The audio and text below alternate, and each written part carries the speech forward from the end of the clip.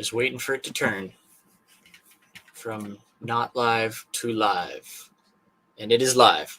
We are live. Okay. Okay. Let's just share out the link there. Get ourselves a little bit of publicity. Live now.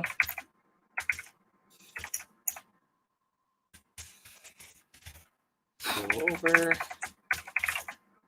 and say hi. And the link. Bam. Okay, I'm going to do that with the science account. We are live on YouTube. Another indiesphere stream. Pow pow. Link. Make sure you guys share that out as well. Yep.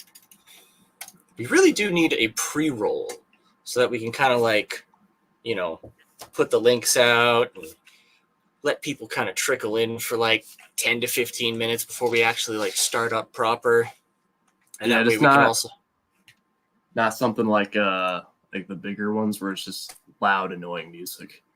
No, but I mean, you know, maybe some music and like some, I don't know, like slideshows like what we got going on now, or maybe something a little more produced than that. But yeah.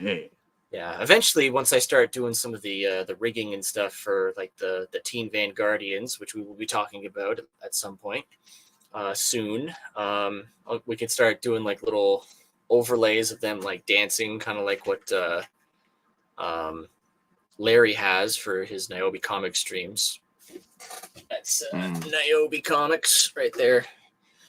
But yeah, we could do lots of stuff. I mean, I do want to start getting like a lot more resources kind of prepared for the streams and stuff. I got hair in my mouth. So that we can kind of like gradually grow the content and slowly, you know, drip feed some quality looking stuff in here. So the streams kind of get more and more professional looking and feeling. And so that will kind of hopefully make people want to come and watch them more. And hopefully with our new sort of layout at the moment, and also with Theron here, Theron Kurth, writer for Pineapple Pizza Man, helping me out, which has been a huge help because like I've been super, super busy. We'll get into that a little bit in just a minute. So Theron kind of stepped forward and helped to sort of put together a bit of a itinerary and help get the stream running again, because like Lord knows I do not have a lot of time for doing stuff like this. So we're gonna start. Man, like I'm totally happy to. I love doing these streams. Like these are fun. So yeah, I agree. Whatever I can do to help out, you know. I wish I could do them more often. I mean, I look back at like the golden days of when we were first, you know, advertising, Wanpool on the first campaign there, and like that was a lot of fun. I loved doing the streams. Like we were doing them like practically every day, whether it was on at the time Manimations, because that's where I'd kind of built up the most of my following at the time, before we'd really sort of fully, you know, established Science Wizard Comics as its own thing. But like it was a lot of fun. Like it was tiring, it was exhausting, it was a ton of work, but I really enjoyed like every minute of it. Going like doing our streams, having guests on, going on other streams, being the guest. Excuse me. I think that was a little bit before my time. A little bit, yeah. I think we'd actually finished the campaign before you had joined Science Wizard with Pineapple Pizza Man. Like we were kind of like sort of like half-hearted developing it by trolling Donald DeLay about, you know, pineapple on pizza, and then like I remember being in the group chat when the campaign was going on. Oh, you were? Okay, so it was probably like somewhere in between, or maybe slightly before. Slightly before. I wasn't like fully integrated. I was kind of just in my PPM corner. Yeah. And now we've got it going pretty good. We're more than halfway finished the first issue, which is it may not. People may be like, oh, only halfway. Well, that's not very much, but I mean, it's my first comic. It's Theron's first comic. We want to put our best foots forward. I don't have a whole ton of time to dedicate to it because of like job, kid, life, dog, life happens, family, life. You know, so it's been a slower process than any of us probably would have wanted or liked. But as much as we want this to be like a full-time gig, we're just not there yet. Yeah, we got to pay the bills. Exactly. That's why we do it. Well, not why we do the comic stuff, why we do the other stuff, the day job stuff. But if I didn't have to pay bills, I'd be writing 24/7. Yeah, I mean, I'm trying to sort of readjust things so that I can try to fit in more time to do comic stuff. But before we get into that, let's talk about who we ams for anybody that pops in or has popped in or will pop in. I think I'm the only one watching at the moment, so hopefully we get some folks trickling in eventually. Usually we do have at least like one or two in here already after like 10-15 minutes. I have it open on my desktop as well, so I might be one of the other ones.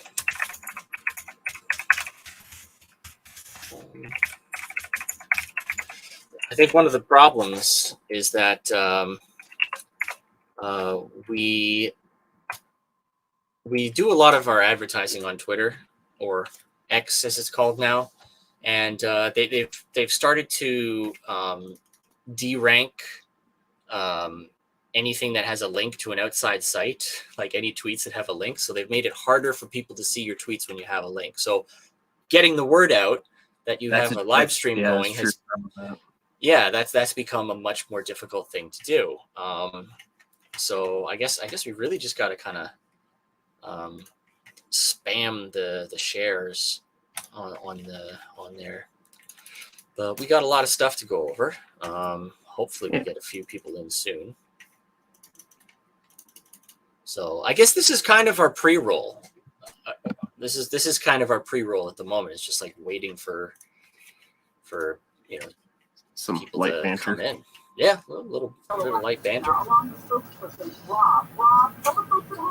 What is that? Who's got something running in the background? That's Forrester. Is your AC on? It's Forrester. Sorry. Yeah, I muted him for a second just to check and see if it was him. But yeah, working out the kinks and all this stuff. But I'll just unmute when I need to say something and keep it muted otherwise. Yeah, okay. Sounds good. In your settings, you can kind of toggle like the reduce mic background noise and stuff like that. I do have the background noise thing. Is it better now on my part? It is much better. It is actually a lot better. Wow, that actually works. Okay. Yeah, I was near the fan, so that's probably what the sound was.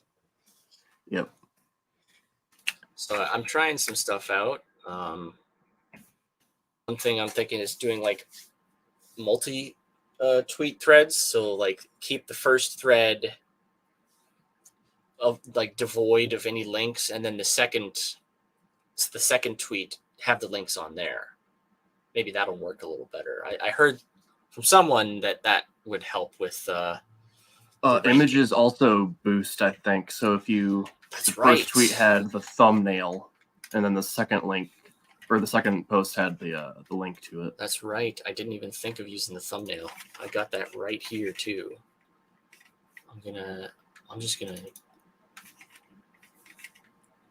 delete that and redo it. I'll delete that too, obviously. So we are live with Science Wizard Comics right now. And then I will do the image, and then we will go. I think if you put like one hashtag in there, it's good. But if you do like too many hashtags, it's bad. It's a It's so minefield. confusing. It's a minefield trying to a figure out all this mogwai. stuff. Is what it is. It's a mogwai. Don't feed it after midnight. All that. Let's go indie comics. That's the only hashtag we'll put on there. Let's try that. And then we'll do, in the second one, we'll do the link and see how that goes. I love that we called it Hee-Ho based on that Andrew Tate comic. I cannot wait to talk about that because that is the funniest thing I've seen all day. Like, I can't wait till it goes on like a pirate site. I'm so happy that he chose today, the one day that we're streaming, to actually launch that thing. That is too funny. And perfect timing. The stars have aligned. Absolutely perfect timing. So I am super excited to rip into that. Oh, did I say it really cost $97 or is that? Yeah. Yes, yeah, it actually does. Oh my God. No, dude, like this guy is. So... We'll get into it. We don't even have anybody watching right now. But I just like the name. Hee-ho. I can't wait. I can't wait to read it out loud in like Batman 66 narrator voice. Oh yeah. Batman 66 had a narrator? Like same bad time, same bad channel. Same bad channel. That narrator. Okay. I'm thinking like during the show, but like that's just like the opening kind of like opening and closing kind of cliffhanger. thing. Yeah, but just that overly bombastic Super Friends type of thing I could have said just as easily. True. Will Batman and Robin make it out of this one? Meanwhile, at the Hall of Justice, like that. Will the Simps pay $97 for a very poorly produced comic? Meanwhile, prison. Next scam time, next scam channel. Next scam time, same Tate channel. Yeah. Oh. Like the optics on that, like I genuinely feel bad for the people that like buy into this stuff. Like the people who are actually so like brainwashed by his like cultish ideology. Yeah. Like I mean, like I'm a person who used to kind of like defend Tate because I was just like, he's just some dumb, jock on the internet who's like he seemed harmless at first. Yeah, exactly. Stupid, but harmless. It's like yeah, he says like some really stupid things, and he says some things that are like pretty true and like shouldn't be controversial, but for some reason they are. And now I'm just like he just keeps doing more and more stuff for him, and I keep seeing the reaction from like the people who are both his fans and his detractors, and I'm just like I don't want to defend him anymore because he is not a healthy character. He's not good for people at all. Have you noticed if you look at the trailer, the support comments are all like one or two words. They're just like Top G, I can't wait. It's like really brainless. What's worse is the people who are just like, oh boy, I can't wait to read my first comic book. Yeah, I saw one where this will be my second comic book. Mm-hmm. The only other one I read was Superman's first death. Oh my god, that's cool. But like they really do come off like cultists, the people who actually are supporting him and like buying his garbage. And it's like $97 for this comic. Like, come on. Like I wouldn't charge $97. Children. Yeah, I mean, like I wouldn't charge $97 for Pineapple Pizza Man. Like, what kind of what I would have to do to that comic to make it, in my view, worth $97 is a lot. Like, first off, it'd be a lot more than 46 pages, which is what it currently is. Like, 46 pages is pretty decent. Like, that's a double-sized comic, like slightly more than a double-sized comic. Not bad for a first issue, I think. I think it's pretty good value. But we're not even going to be like charging it. Like, we're not going to be charging like double-sized comic prices on that even. Like, it's going to be, I mean, for an Indiegogo Kickstarter kind of like crowdfunded comic, like, yeah, it's going to be a little more expensive than the average comic. But like, ultimately, I'm hoping that we can end up doing something similar to how, Common America and Iconic Comics have gotten things to, where, we can eventually get things to a point where we're selling enough of the comics that we can drastically bring the prices down, and sell like what they've got. Like they've got like pretty decent sized, like graphic novels, right? Like there's quite a few pages there. That's probably like, maybe 100 pages, something like that. And they charge $10, right? Mind you, depending on where you live, that's going to be more or less expensive than the $10 price tag, because there's always going to be shipping. So for me, who's in Canada, like that can get pretty costly just with the shipping. I think they charge something like $30 for shipping to Canada. So it ends up being like $40 to get it to Canada. And then like, depending on the tier that you get, you might end up having like more or less stuff. But we finally got somebody in here in the chat who's watching. So we might as well start going with the actual itinerary that Theron has lovingly prepared for us tonight. So Rob Kuro, thank you for joining us. He says, "What's up, guys? What's really good? There's a lot of stuff that's good, a lot of stuff that's bad, a lot of stuff that we're gonna make fun of. It's mid. Well, there's some mid stuff. Yeah, we're just kind of chilling. Guess what's not good is this Tate guy and him putting out a comic. Yeah, we're getting into that. We've already touched on it just a little bit, but we're gonna delve deep. Oh yeah. But one creator in the show.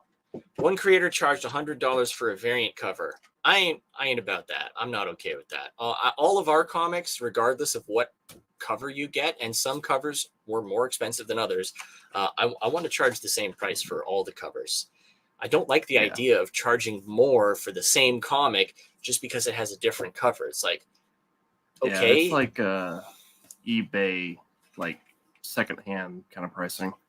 Right.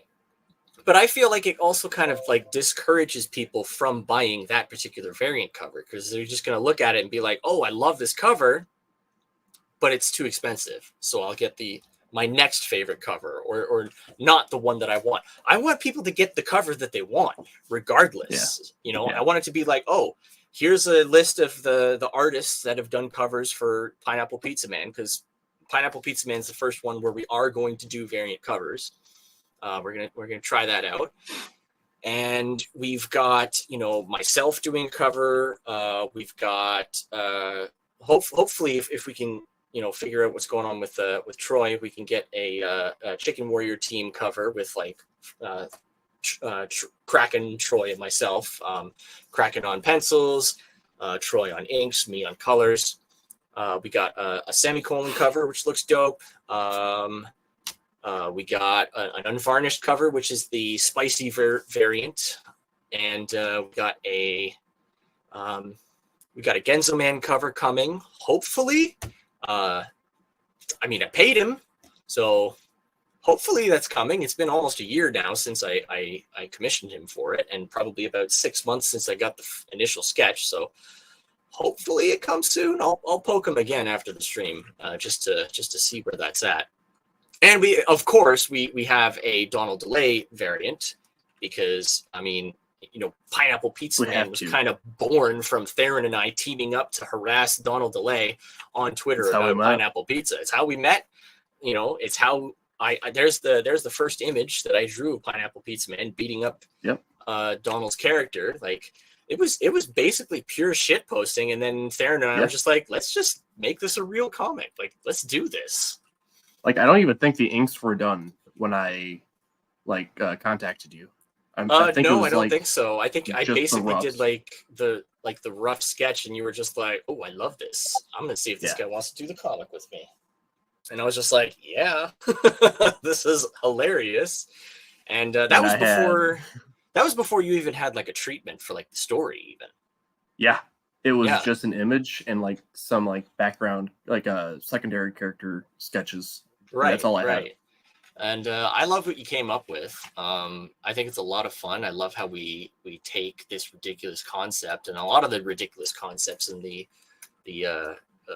greater world of Pineapple Pizza Man, and just take it completely seriously. Like, it's like, oh yeah, this is a thing that happened, totally serious, like as if it was like a classic Marvel or DC comic. It's just like, this is super weird, super, bizarre, but it's like stone-faced serious take on it.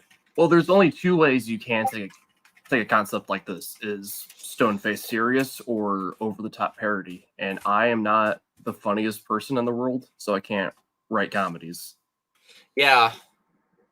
No, I mean, comedy's hard to write. I mean, Troy does it really well. And he did great on Wanpool issues 1 and 2, and hopefully, hopefully we can keep that going. I think Pineapple Pizza Man actually is pretty funny. It's, there's jokes. It's unintentionally funny. Sorry, I think playing like something ridiculous, but playing it 100% straight is inherently funny. Like, I'm literally watching Batman 66 right now, and I'm laughing. Right. And they're doing it like they're being serious about what they're saying. They think Penguin has gone straight, and they know he hasn't gone straight, but everything that's happening is just absurdity. Bulletproof umbrellas, but the fact that they don't break character is the joke. Right. Like, they don't point to what's happening in the show and say, like, see how silly and ridiculous this is? Not a bit. Like, Adam West is stone-faced. He's probably one of the most serious Batmen ever. Yeah. Outside of, like, maybe Christian Bale. Right. You're not wrong. Yeah. Like, he doesn't crack jokes. He's, like, completely serious. The jokes, like, are there, but he's not taking them as jokes. Like that whole, like, in the movie where it's just like, what's black and red or black and white and red all over. And they're just like thinking. And then Robin's like, a sparrow with a machine gun. And he's like, that's correct, Robin. Like, stone face, totally serious. Like, that's the only possible answer it could possibly be. Yeah. Didn't Commissioner Gordon, wasn't he like, of course, or so, like, right. He's like, why didn't I think of that? It's so obvious now that you said it out loud. And even as a kid, I'm listening to these riddles that they get in the show from, like, the Riddler and stuff. I'm like, where did he come to that conclusion? There is no trail of thought, or no trail of, like, the first couple of episodes they were like pun riddles in the pilot, and I still tell people that stupid one about there were two men in a boat. They had 3 cigarettes and no matches. How did they smoke? They threw one out. Now the boat was a cigarette lighter. What? Oh, it's a cigarette and wait. There were 2 men in a boat with 3 cigarettes and no matches. How did they smoke? Okay. They threw 1 cigarette out. Now the boat itself was a cigarette lighter. Oh my God. That's But they did it really good in that episode. The Riddler was setting Batman up to get sued. And he gives Batman this riddle, and then later Batman sees the Riddler pointing a gun at a man, and he bursts in and attacks, and it's not a gun, it's a lighter. Oh, I see. Yeah. And because he's a Riddler, he'd given him the clue, and Batman missed it, and then he files a lawsuit. I don't remember what happened in part 2, but they actually used that stupid riddle as a plot point. My favorite part of the pilot, and it might have been in the second episode, was when the lady just straight up dies in the Batcave. Yes, it is. I have seen part 2. You're right. In the nuclear reactor. Yeah. Wow, I really gotta rewatch Adam West Batman. I want to see if there's like a Blu-ray box set of the whole series or something, because I found a box set at Walmart the one time, but it was DVD, and I'm just like, if I'm gonna get the OG Batman, like the thing that I grew up on as a kid, I want the best possible version. I want Blu-ray. The Blu-ray looks great. The Blu-ray looks great, but it doesn't come with the movie. I had to buy that separately. Yeah. I'm gonna have to track that down. Well, we got another person watching this stream. We got Humble Marty, a longtime friend of the channel, of the comic industry, of the indie comics in general, of Science Wizard Comics. We love her. You know her, Humble Marty. Thank you for joining us. So let's get intros. You know me. I'm Josh, the amazing animator. I am the owner and operator of Science Wizard Comics. I am the principal artist for Pineapple Pizza Man and co-writer. And editor for all things Science Comics, Science Wizard Comics. Sorry, that's thinking of the Twitter name there. And yeah, that's pretty much all you need to know about me. Theron, you're up. Who are you? Well, my name's Theron. I first designed PPM, and I'm the lead writer. On Twitter, I'm at the one and only Ron. And yeah, this is your first comic book that you've written. Yes, sir. All right, we are blazing a trail with that one. Forrester, who are you? Who are you? My name's Forrester. I'm a writer-artist from Virginia. I've been kicking around this scene for about 13 years now. Most of what I've published has been in the local scene. I've done small work on many indie comics as colorist, letterer, occasionally illustrator. I'll be doing that comic for you guys coming up. I don't know if that's announced yet. I work on a couple of titles at the Mythiverse, some lettering Changeling, and my friend Dylan is launching his first title at AP, Octagon Princess, which is like a female fantasy MMA fight comic, and I'll be the letterer and editor on that. Awesome. Yeah. Dylan R. Fagan, right? Yep, that's him. Yeah, he's good people. I've seen a lot of his work. He's always been running around the indie scene, so we like him. All right, so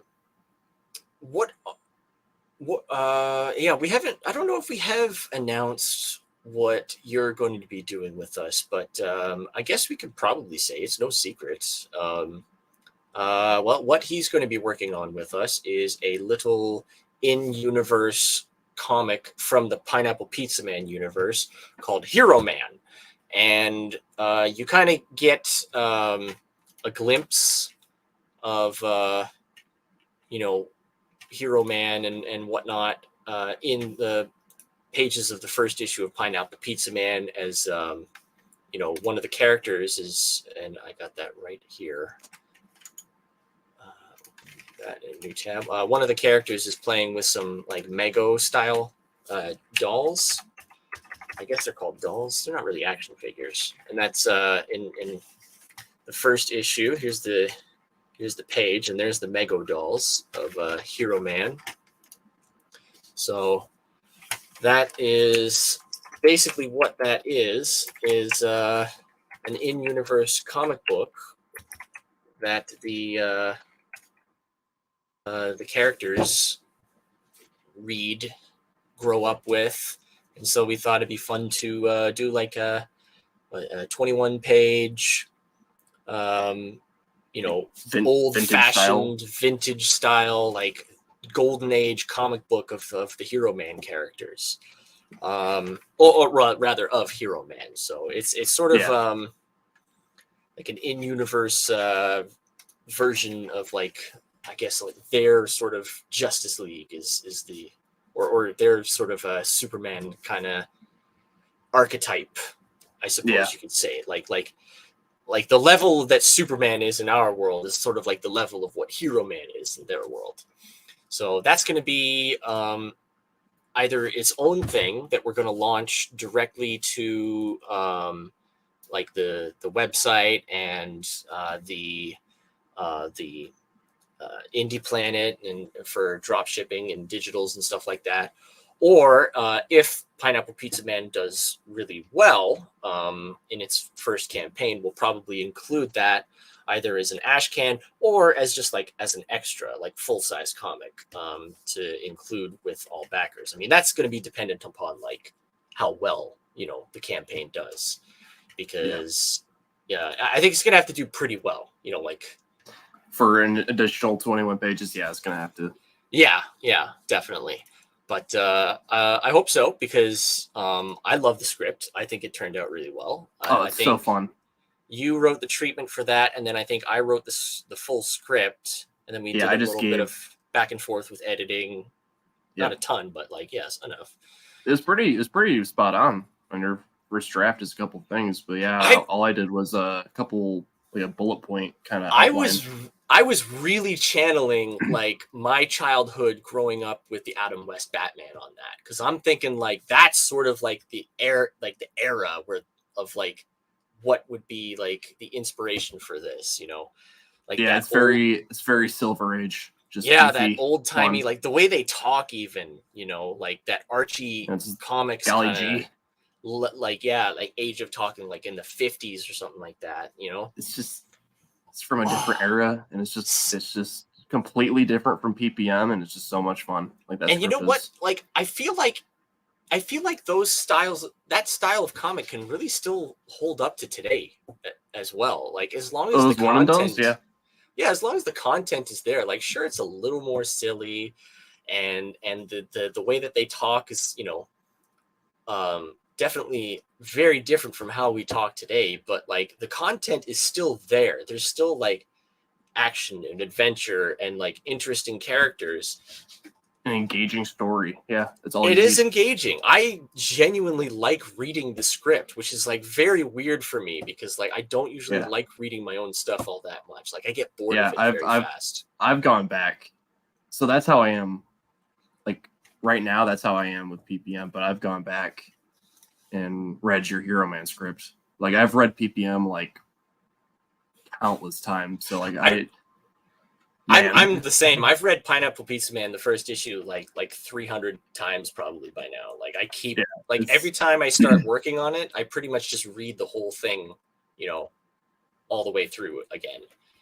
Yeah, I really like it. I think everybody, I think a lot of people are gonna like it. Even Troy was just like, after reading it, he was just like, dude, like forget like he told me, he was like, forget Wampool, like Pineapple Pizza Man, like that's gonna be our breakout hit. And I'm just like, oh, thank you, but also like kind of, I don't know, like I love Wampool, but I don't know, like I think Pineapple Pizza Man does actually have that wider appeal, you know? Yeah, like not. That's gonna sound weird coming, you know, from the creator, but yeah, like it's not so niche. It's not exactly rooted in like internet culture, I guess. Yeah, exactly. Like I mean, Wampool, like it's accessible, but Wampool is great. it's Like better. I love Wampool. I'm the biggest Wampool fan there is, honestly. Like there's no bigger Wampool fan than me. And my assessment is really just that it's a great book. It's accessible, it's funny, but if you're embroiled in like the culture war, the internet stuff, like the you know what's happening with like indie comics and mainstream comics and all the drama and all of the politics surrounding that, if you're embroiled in that and you know all about that, you're gonna have an even better time reading Wampool. It's gonna be that much funnier, you know? Yeah, I completely agree. So let's talk about things. Science Wizard, you know, obviously I'm still working on Pineapple Pizza Man. It's not done yet. It's a little over halfway done. We've gotten a really, you know, big chunk of it done. I've increased the page count by 2. We had one section where I felt like it just needed a little more breathing room. So I added a couple pages, and it flows much better now. That's happened a couple of times. We've had to add a couple of pages in the first sequence, and this is in the later sequence, I think. I can't remember exactly which sequence off the top of my head I added it to, but I think it's the sequence towards the end. Are you talking about the splash page they had added them? No, the next one, the second one I had to do after that brought it up to 44 pages. This brings it up to like 46, or maybe that was it. I don't know. I'll have to look into it again. It's been a couple of weeks because I've been a busy boy. So what's been happening with SWC at the moment, as far as like Pineapple Pizza Man, just to update people on that, is I lost my job.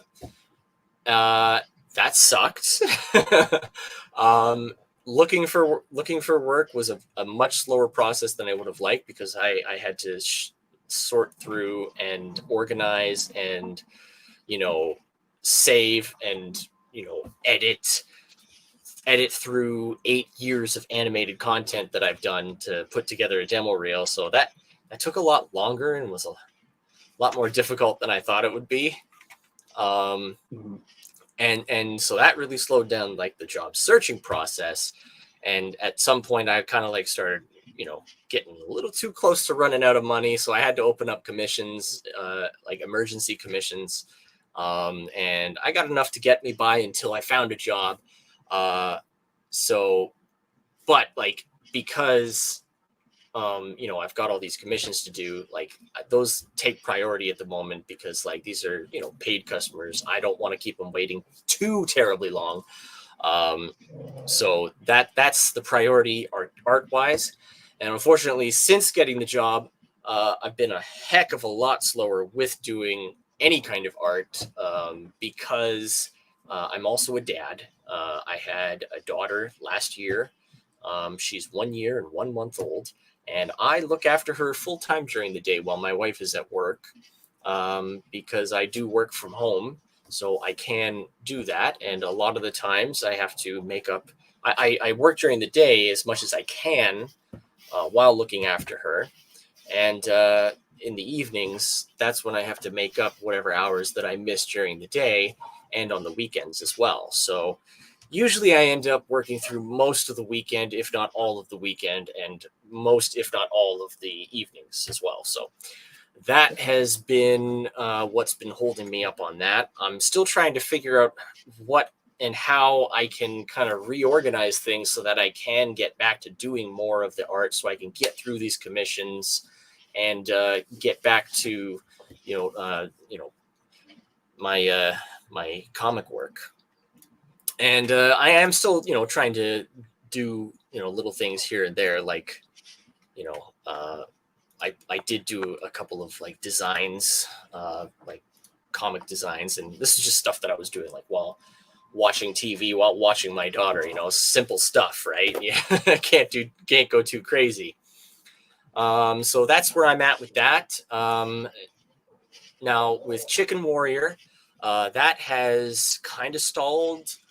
It's not like I'm not, ready to work on it. Like as soon as I have time and finish the commissions, I'd like to be able to do some Chicken Warrior coloring, which I'm really proud of. I think it's turning out great. You see, it looks so good. There it is on the screen right there, just a few seconds ago. Like that's the most recent page, and I love it. I think Troy does a fantastic job on the inks. I think I'm really, coming into my own as a colorist with that. And it's I think it's beautiful. I think it's a great story. Kraken did an amazing job writing it and penciling it. And I'd very much like to, but unfortunately Troy has kind of disappeared on us a little bit. He's missing in action. He's MIA. He's AWOL, as it were. I am trying to keep in touch with him as much as possible. It's very difficult. He hasn't made it easy on me.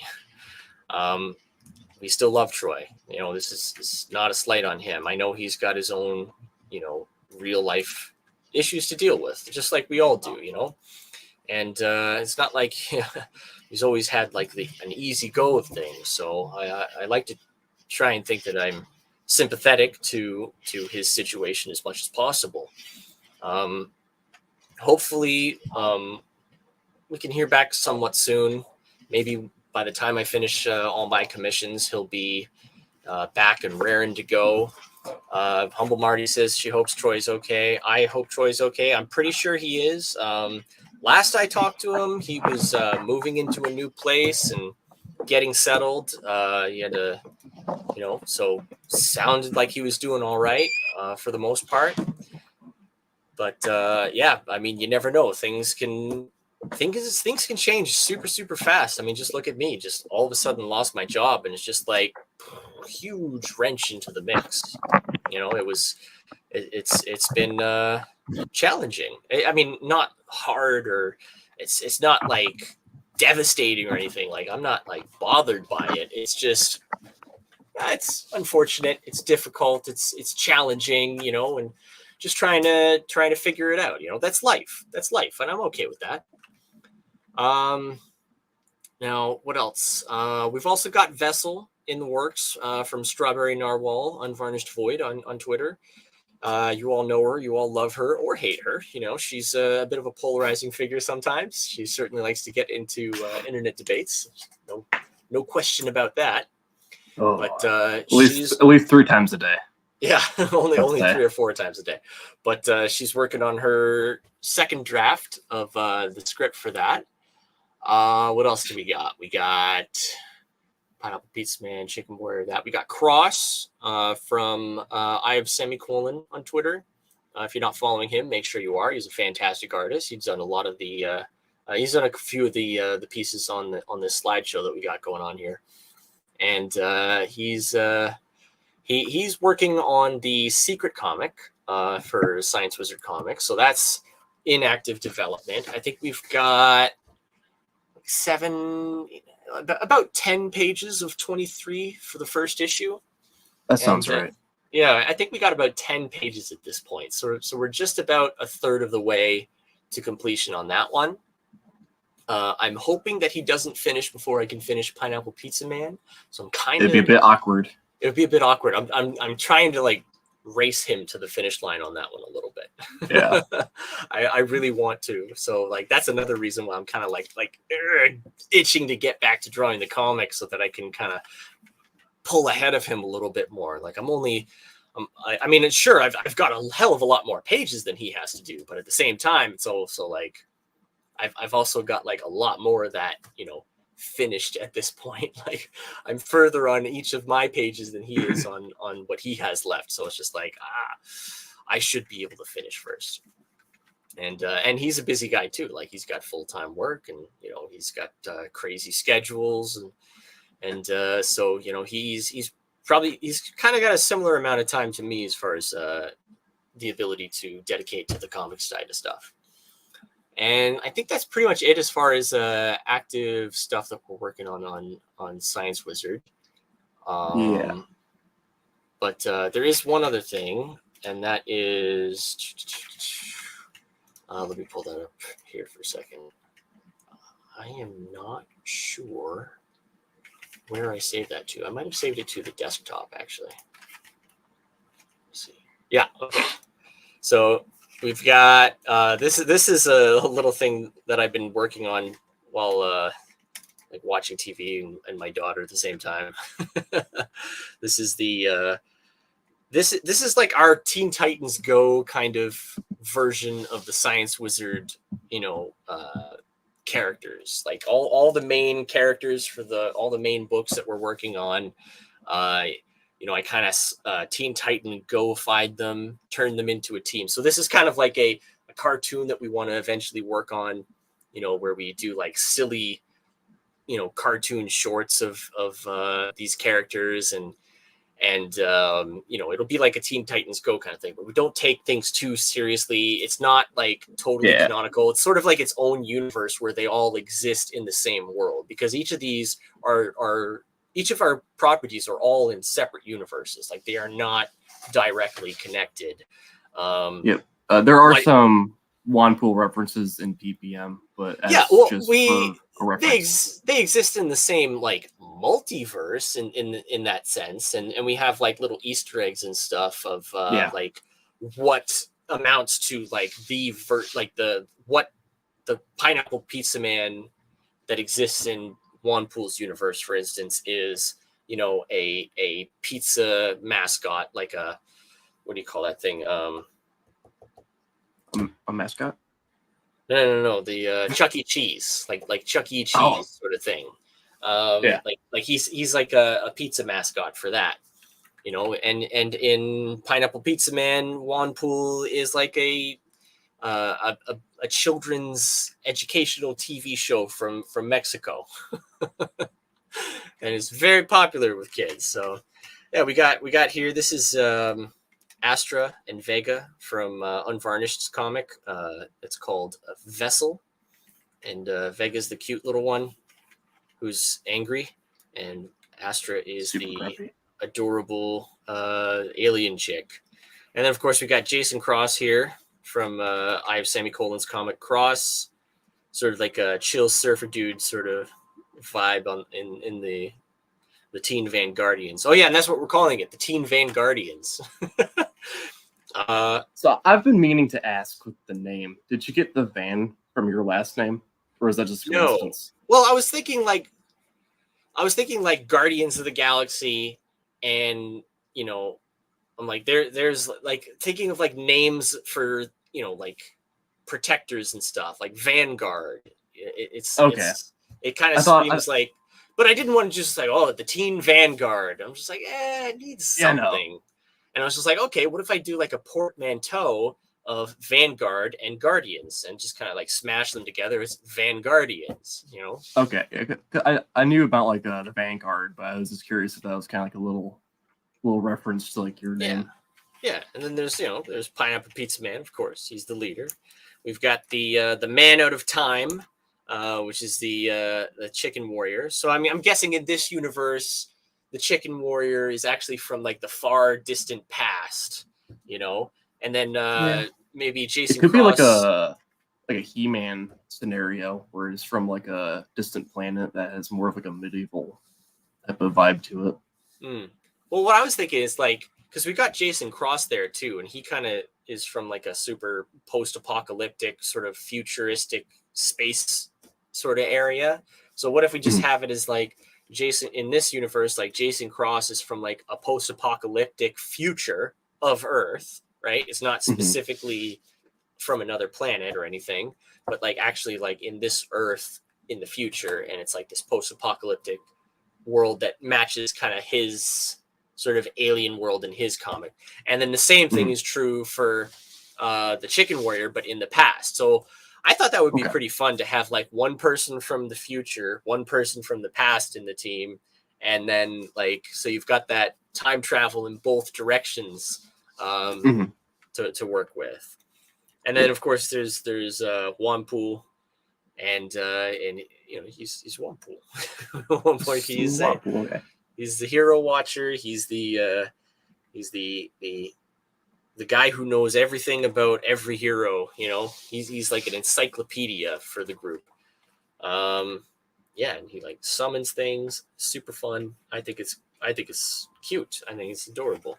But yeah, I was kind of really inspired because like when I'm watching my kiddo, we got all her toys and stuff in the living room, and then there's the TV. So I'll just like put on something to watch while she's bopping around, and you know, so just put on Teen Titans Go, and I really got into it. I really liked it. I don't understand why so many people are like, Teen Titans Go is awful, blah.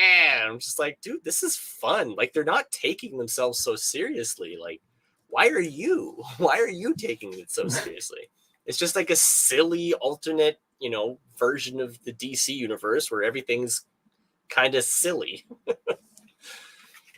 So yeah, that's pretty much it for the update as far as Science Wizard goes. So let's get into stuff. First up, we've got right here, pop. Where am I looking for? There it is. We got Spawn. And we're using, you know, Comic Book Resources, which is a trash website for them, you know, but we can at least go with, you know, their headers. Their headers are usually fine. It's everything after the headers that is usually we'll garbage. Ignore the opinions. Yeah, their opinions are complete trash. Like they're worthless garbage website. But they at least give us the headlines, so we can work with that. We'll give our own opinions. So Spawn reboot release window revealed by Blumhouse head. Blumhouse boss Jason Blum predicts that the studio's Spawn reboot will hit theaters sometime in 2025, says development is stalled by the WGA strike. Okay. Which is no surprise. What do you guys think about this? Because I've got some thoughts on this myself. I find it hilarious because Todd McFarlane has been threatening this movie since the first movie came out. Yes, literally. Like ever since that first movie first dropped. And it was it 97? Yeah, I think it was 97. It bombed. It did not do well. I like the movie. It's kind of a guilty pleasure, though. Not gonna lie, because it's a bit cringe. Yeah. For me, it's on like the same level as like Blade 3 or like TMNT 3. Yeah, like you can watch it. It's a good time for, you know, an hour and a half, right? And then you kind of just like, Well, that happened. Yeah, But I put this on there just so we can make fun of it because I don't think it's gonna happen. I really don't. This is the movie that never could. Like it's been in development hell for something like 25 years. Yeah. I swear it's been like 20 years they've been trying to get this movie made, and it gets pushed back, and they keep saying, oh, it's going to come out in the next couple of years. Oh, it's going to come out in this year. And then that year comes and nothing happens. And frankly, I will not ever believe that this movie is ever going to exist until they release a trailer and a solid date. Not like it might come out in 2025. I will believe this movie exists when it, on release day and people actually see it. Yeah, like when it's literally in the theater and I'm in the seat and the movie turns on and the trailers are done and we actually see like Jamie Foxx and Spawn. Like that's yeah. Until that exact moment in time, this movie is not happening. Yeah, until that point, this movie does not exist. Like this is basically just like wishful thinking. Like it's like a carrot on a stick. Yeah, this isn't news. This is just like, hopefully it happens, but it's not going to happen. It's not going to happen. Like they keep on accidentally leaking scripts, and they're constantly terrible. Yeah, but also it's okay. Speaking of terrible and scripts, the WGA strike. Like, what is it like? Man, I set it up and you knock it out of the park. I'm actually pretty good at these transitions, not gonna lie. But I mean, this whole thing with the WGA strike, it all stems from all these Hollywood writers saying, we don't get paid enough. And they already get paid a lot. But the industry is so overrun with nepotism that basically all of the people in Hollywood that are writing are completely incompetent nincompoops. At writing. Not just at writing, but I think they're also extremely bad with their finances. Not that it's cheap to live in LA, but that definitely doesn't help. But I think these people are just terrible with money because as writers, I guarantee they get paid well. There was that one guy who was complaining that he wasn't getting, residual, like good residual money. He got like $300 from a residual check for the show that he was working on. And then it comes out that the show that he was working on was friggin' She-Hulk. Nobody's watching. It's like, of course your residual is going to be low. Nobody's watching the show. Yeah, no one's watching it anymore. Like, you actually have to write something that people want to watch, so people will watch it, so that you will have the numbers to get residual money that is actually going to be good. Like, that's how simple it is. But these writers are so narcissistic. They're so caught up in politics. They're so obsessed with activism and pushing their personal politics and activism into whatever shows and movies that they're working on, that basically all of Hollywood has become completely insufferable. And so, because of that, they're striking and the studios just aren't budging because fuck them. Yeah. You suck. Why would we pay you more when what you're giving us right now isn't worth what we're paying you now? Yeah. If the studios keep on losing money based on from products based on the scripts from these writers, why would they continue investing in the writers? Exactly. I sure as shit wouldn't, and not to mention, where is editorial? Where are the people getting these garbage scripts and saying, this isn't good enough, we're going to need another draft, or this isn't good enough, let me hire someone who's a better writer to take a crack at this draft, Yeah. And make a new draft. But they're not doing that. Clearly, what they're doing is they're getting these garbage scripts. They're saying, it's not good enough, but, well, we already, said that we're going to make this movie and release it at this date. And so we need this amount of time to be able to crack that date, so we're just going to have to take whatever garbage script comes our way and go straight to shooting because we don't have time. I bet you that's a big part of it. But that's not going to work. Like, people don't mind if a movie gets pushed back a little bit for quality. If you're saying, hey, they might now. They might nowadays a little bit. I don't think so. Just because I don't think so. Because Twitter people. I mean, well, I mean, not regular people, but like Twitter people would be those like, aren't people. We have to. You're not wrong. Those aren't people. Those are simps. Those are not even normies. Normies have more sense than that. These are corporate cuckolds. That's what they are. These people that they just consume product and then wait for next product and consume product and wait for next product. Like red letter media meme. Yeah, they're corporate. They're corpo cucks is what I like to call them. Corpo cucks. Yeah. And you see them everywhere. Oh, won't somebody think of the corporations? I was just arguing with one of those today who was just defending Disney tooth and nail. And Disney does not deserve defense after everything they've done. But based on like all of these like horrible crap that they're giving us through Hollywood, like going into our next story, I really don't feel sad about this at all. And our next story is Beyond Spider-Verse has been delayed indefinitely.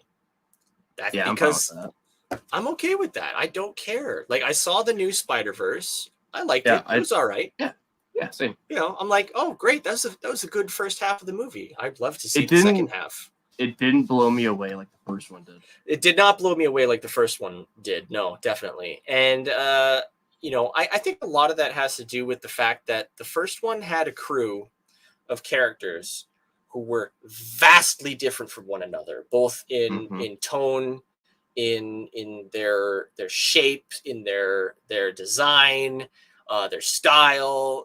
Welcome to the stream, Cactman. Hey, yo, Arno Lopez in the house, ready to terrorize the chat. Good to have you. Marty says, how does the writers blow through $70,000? That's a question. By living in LA. By living in LA and being really bad with your money. Yeah. Problematic cactus status.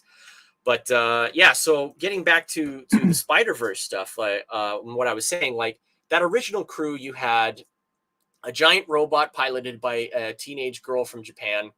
You had a cartoon pig Spider-Man. You had the token black Spider-Man. You had the female, teenage crush Spider-Man. And then you had the older, grisly, noir, I fight Nazis Spider-Man. Great cast of characters. Super diverse. I loved it. Great voice cast, too. Like, excellent everything voice about cast. That movie. And then you had, in the second one, it was teenager, other teenager, middle-aged man, and other teenager, and then the semi-villain was like middle-aged teenager, like 35 probably, like 35-year-old guy who lost his kid or something because he interfered with the canon. But then it's like they introduced this canon aspect where it's just like, oh, if you try to save the wrong person, then your entire universe will explode. Canon events, just like, dude. All the nerds on Twitter got so annoying with that. What's this character's canon event? But like shut. That was the one aspect of the film that I was kind of like not like gelling with. Like it just that plot just doesn't work entirely with me. Like I can understand if like I know they're going for an Exiles kind of thing. And I loved the Exiles growing up. Like that was one of my favorite comic books because I was a huge Sliders fan, a huge X-Men fan, and they basically took Sliders and X-Men and made them into one thing, right? With a little quantum leap, yeah. Yeah, a little, I guess, yeah, kind of. But like they had this whole thing where they're like, oh, each universe has like certain elements to them that are canonical and are meant to happen. Like the universe has decided that this particular thing in this world must happen, and then for whatever reason, something is messing with the timelines of each of these worlds. And they're like, one thing or another just isn't working the way it should, and we need a team. We've pulled you out of your universes for one reason or another because you're not necessary. You're not needed for whatever's going on in your universe. Like, you're not going to, like, we've pulled out some heroes that aren't going to affect their timeline by being gone. And we've sent you out on this mission to pop into each of these universes. We'll tell you what the problem is, what you need to fix to get the timeline back on track, and then you're out of there. You're good. That universe is good. On to the next one. I liked that. That was cool. But somehow it just doesn't work as well in Spider-Verse. And I think the problem with it for me is that the canon events kind of that they have set up for each of these worlds and all that, they're all too samey. They're all too similar. You know, it's all like, oh, if I save my version of Uncle Ben, then like my universe implodes or something like that. And it's like, it's all about, oh, saving or not saving your Uncle Ben or your Aunt May or your mom or dad or whoever it is that is police supposed captain has to survive or has to die. Yeah. It's like, I don't know. You're not. Yeah, I don't. It's a little It too didn't gel with me samey. either. It's also- a little too samey. I didn't care about the plot. Yeah, I mean, Like, it had the bones of something good. Like it had the structure, but I think it needed a few more drafts before it was ready for, production. It needed some fine tuning on that plot because it just didn't work for me, man. But I mean, overall, it was pretty enjoyable. And it was a good first half of the movie. It's difficult to fully critique it because of the fact that it is only half of a very long movie. It's like It's it like is a 5-hour movie. right, exactly. And it's very difficult to really, watch half of a movie and give a proper critique. It's like maybe in the last half of the movie, they're going to take that concept and that thing that I said was feeling too samey, and they're going to spin it around and make it feel a lot more exciting in the second half. And they're going to be like, oh, here's this very good reason of why it's like this. And I'm like, oh, okay, now I'm fully on board and I really like it. But yeah, like I think that's the problem with like these half movies that they keep putting out, this part one or Part one. Yeah. The only time it worked really well was Infinity War. Kind of. The most recent, I guess. I mean, Infinity War, how long did they have in between? I think they had like something like in between each of the movies, like Endgame and Infinity War. It was about a year. Movies. Yeah. Mind you, they kind of dropped the ball with the ending on Infinity War, or rather on. Oh yeah, I'm talking just like the part one of a 2-part movie. Yeah, I think they did it the better way. At least with Infinity War, they dropped the ball with Endgame, but in Infinity War, like it was its own movie for sure, and they lost. That was the thing. Like it's not real. It doesn't really feel like a part one. It feels like a full movie. And then the conclusion is there. The conclusion is that the heroes finally lost one, and it's a big one, right? And then the next movie is its own movie, separate movie, but it is a sequel as opposed to a part two. You see what I mean? Yeah. It was originally billed as a part one and part two. I think that's why I made that connection. Mm-hmm. But yeah, technically it's not. Now, the only other movie I can think of that really did the whole part one, part two thing is the Matrix, the second and the third movie.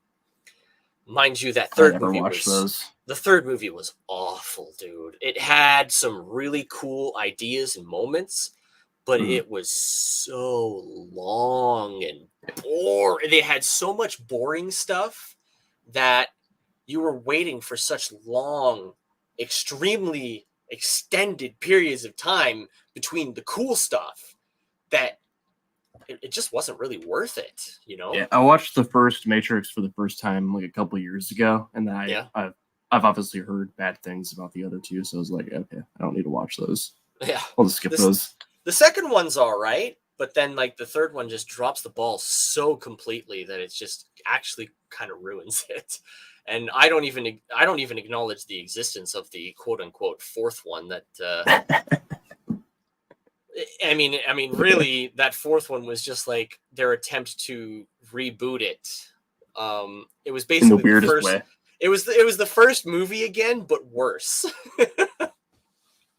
So I don't know why. Like, what's the point of that? It's like, why do I want to watch a worse version of the first movie? I could just go back and watch the first movie. Like, well, when show me Star Wars new. did it, it made $1 billion. Yeah, but Force Awakens is worse than New Hope. oh, And it's 100%. It's so bad. But that was something that, like, people have been waiting for new Star Wars stuff for a really long time, but like actively wanting it. Like, there's so much source material that they could draw from with the extended universe and the books and stuff. And I think that people were giving them the benefit of the doubt because of Lucasfilm's track record of quality. And before Kathleen Kennedy took over, they did have a track record of quality. Yeah. Now, not so much. Not so much. I mean, I haven't even watched anything from Lucasfilm since The Last Jedi. Like, I just stopped. I was just like, I don't care about any of this. I don't. Mine was Mando season 2. Yeah, I was unfortunately dragged to the last Star Wars episode 9. I was unfortunately dragged to that. Yeah, I didn't even want to see The Last Jedi. Like, I got dragged to that one too, and that was one of the most terrible movies I've ever seen. I didn't make it that far. I read Box Force Awakens and knew I didn't want any part of this. Yeah. My parents actually were better at figuring out that Star Wars was dead than I was. Like, I took my whole family to see The Force Awakens for Christmas as a Christmas present because it was releasing around Christmas time, and I was just like, oh, that's something we haven't done in a really long time, is like the whole family going to see a movie.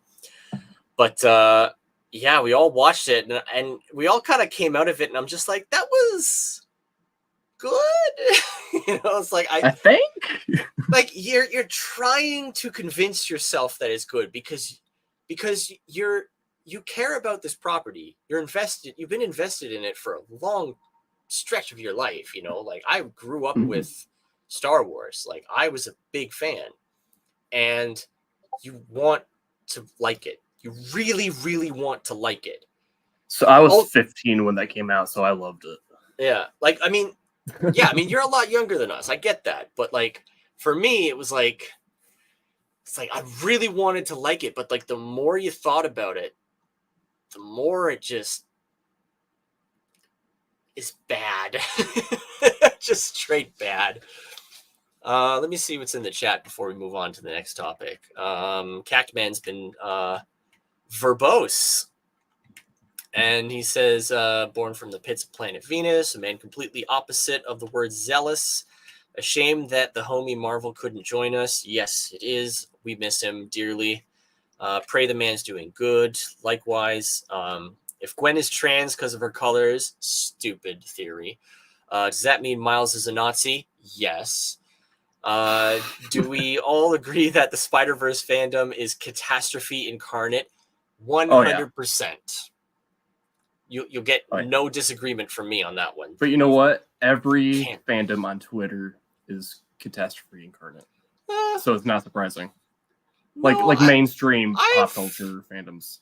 I've come into contact with a few fandoms that were relatively wholesome. I can't name them off of the top of my head, but I know I've been in. I know that I have come into contact with them because most fandoms are so toxic that when you do find one that's not, it's genuinely shocking and surprising. That's the point where we're at. I haven't ran I guess the Ben 10 fandom is pretty positive. Yeah, I guess Yeah. so. I never really see them causing a fuss. What do you know? Let's see. Now people thought my take was too hot. I don't know. Tell me what y'all think. Spooderman should have been in Across the Spider-Verse. Oh, Spoderman. Yeah, that would have been funny. But I don't think they would ever do that because he was like a meme that kind of makes fun of Spider-Man. And Sony would probably be like, don't you dare do that. Don't you dare make our brand look bad in any way. I don't know. They might. They added the horrible ice cream cone in the first Spider-Verse. Horrible ice cream cone. Yeah, the horrible like ice cream popsicle thing. It was a joke. Oh, that they like the main like perfect Spider-Man was like going through his like list of accomplishments. He's like, I had an okay ice cream cone. Oh, that joke. Oh yeah. Okay. Humble Marty says Twitter being renamed X is kind of funny. It's like a warning label. I say it's more like the close button for applications or Windows. It's like close this window. All right, so let's get to our next topic, the one that we named this stream Hee Ho over, and that would be Yes. DNG Comics from Andrew Tate. What an absolute travesty this is. Do they say what DNG stands for? Draw no good. You know what? That grammar matches. So yeah. Yeah, this is one of the worst things I've ever seen in indie comics. This man is a grifter.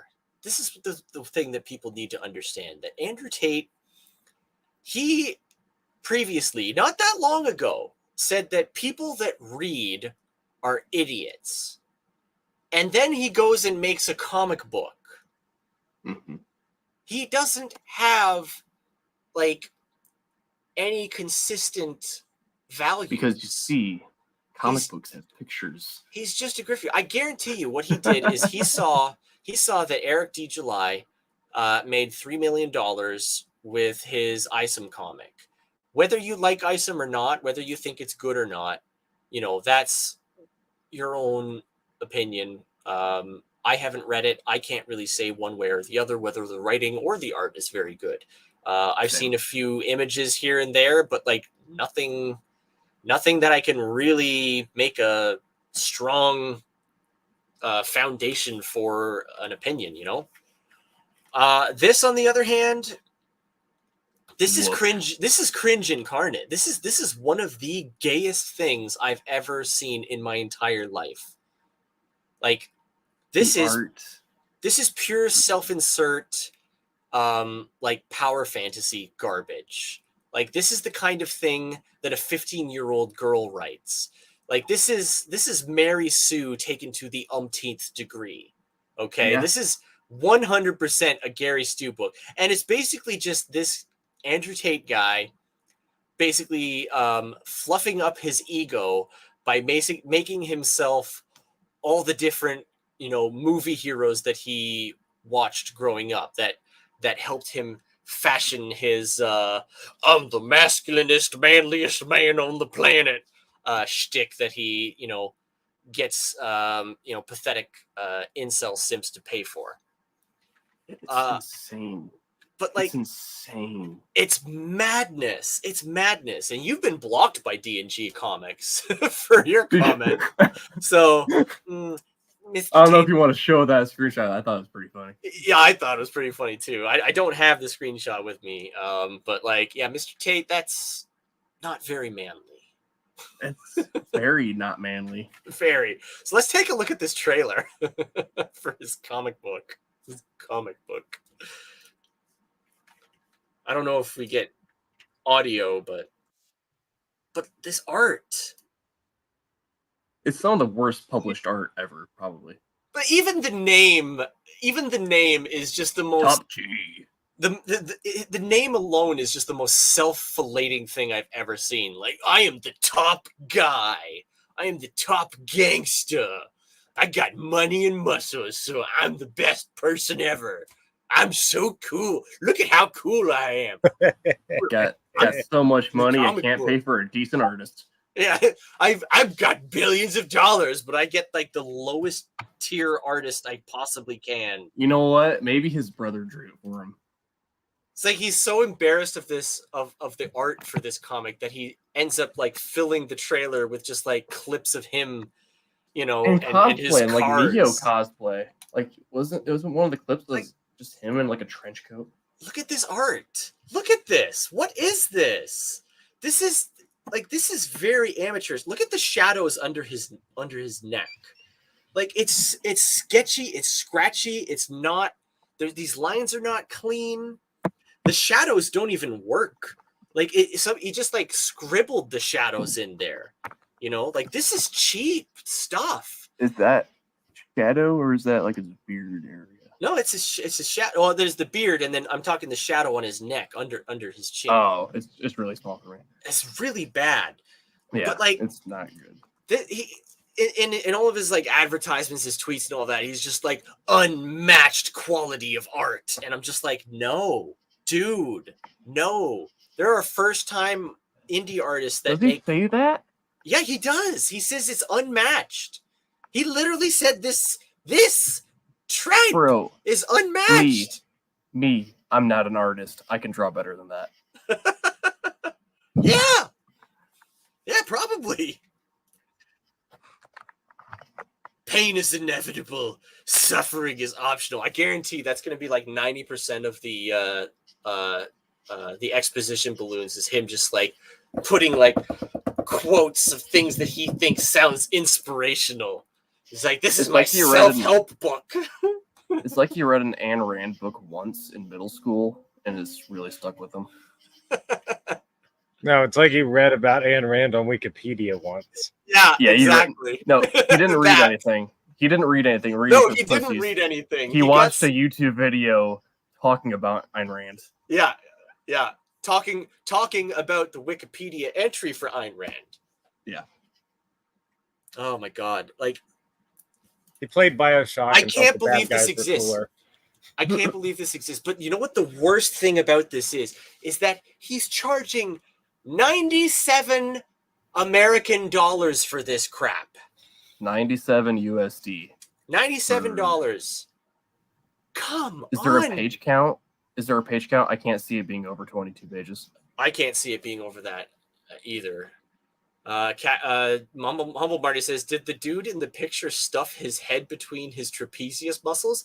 Yeah, probably. Yeah. I don't think his artist has a very good grasp of anatomy, or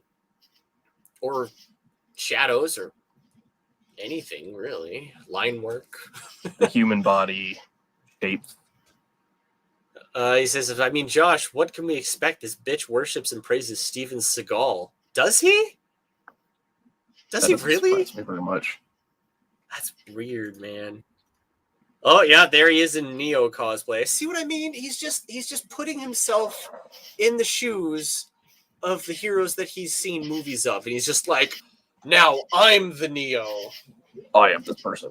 I hope he gets copyright stricken for this, because this is just stupid. Well, even like the description of the book is like it reads like a ripoff of The Matrix. To battle, he says, doing, I guess, one-arm push-ups in a prison cell. Okay. With his shoulder muscle merging into his pec. Oh, and this is my favorite part. This is where the thumbnail and the name of this particular stream comes from. In his latest, in this panel, it's some really thunder thighs kicks and I guess either a weird tattoo or a shadow. Yeah, I think it's a snake. And I guess he's doing a punch, or he's doing calisthenics on the second one there. Maybe it's a really intense game of whack-a-mole. Yeah, and he's doing this on like a faded image of him in Neo cosplay as well. Again, But like the text here, it says, "No man is unhappy that he-ho never faces adversity." He can't even proofread his crap. Like, there's no proofreading here. He put this in the trailer. He put it in the trailer. There's typos in the trailer. Yeah, multiple. Bruh. And what is with that thigh? That's not what anything looks like. That's not what legs look like. What are you doing? Unmatched art. See, he actually has really baggy pants on, so it's not a thick thigh. I don't think that's true. I think he's wearing skinny jeans. I mean, look at least Dame Drops actually went out and found a boss artist for his comic book. You know? Who? Did you know about that? I didn't hear the name you said. Dame Drops. I forget what he called it. Super Official. There it is. Super Official comic book. Let me look this up for a quick second. View newest campaign or about this campaign. Let's go newest campaign. No, that's brand. About this campaign. There we go. So Dame Drops is a food blogger. He basically That's did that. why I've never heard of him. Yeah, but he went out and he got a great artist to make a comic book. Oh yeah, see, that's cool. Yeah, he got Antonio Bryce to draw this. Antonio Bryce is a fantastic comic book artist. You know, he's the guy that did Brand. Six Gun Gorilla, right? I don't know about Six Gun Gorilla, but he did this other one called Brand. But like, okay, this is good art. This is good art. This guy understands shadows. He understands anatomy. He understands like everything that he's drawing in here, and he's got a colorist that understands color. You know? Yeah, it reminds me of like early 2000s Marvel, right? In a good way. And I don't think Dame Drops is exactly, you know, as rich as Mr. Tate proclaims to be. But look at these side by side. Which one do you want to buy? And you know what? I don't think Dame Drops is charging $97 for his comic book. What did he charge? Let's take a look. Here's the options. Oh, $7. Canadian. So $7 Canadian. $5 USD for a vastly superior comic to what Andrew Tate is pushing out. Also, is that print or is that digital? Print. Okay, yeah, so that's a much better deal. Oh wait, no, that was digital. Way. That was digital. Even still. Look at this art. Yeah, that's dope. That's dope. That's boss. Antonio Bryce is freaking fantastic. He's got other artists doing work on it as well. Like I guess variant covers and stuff.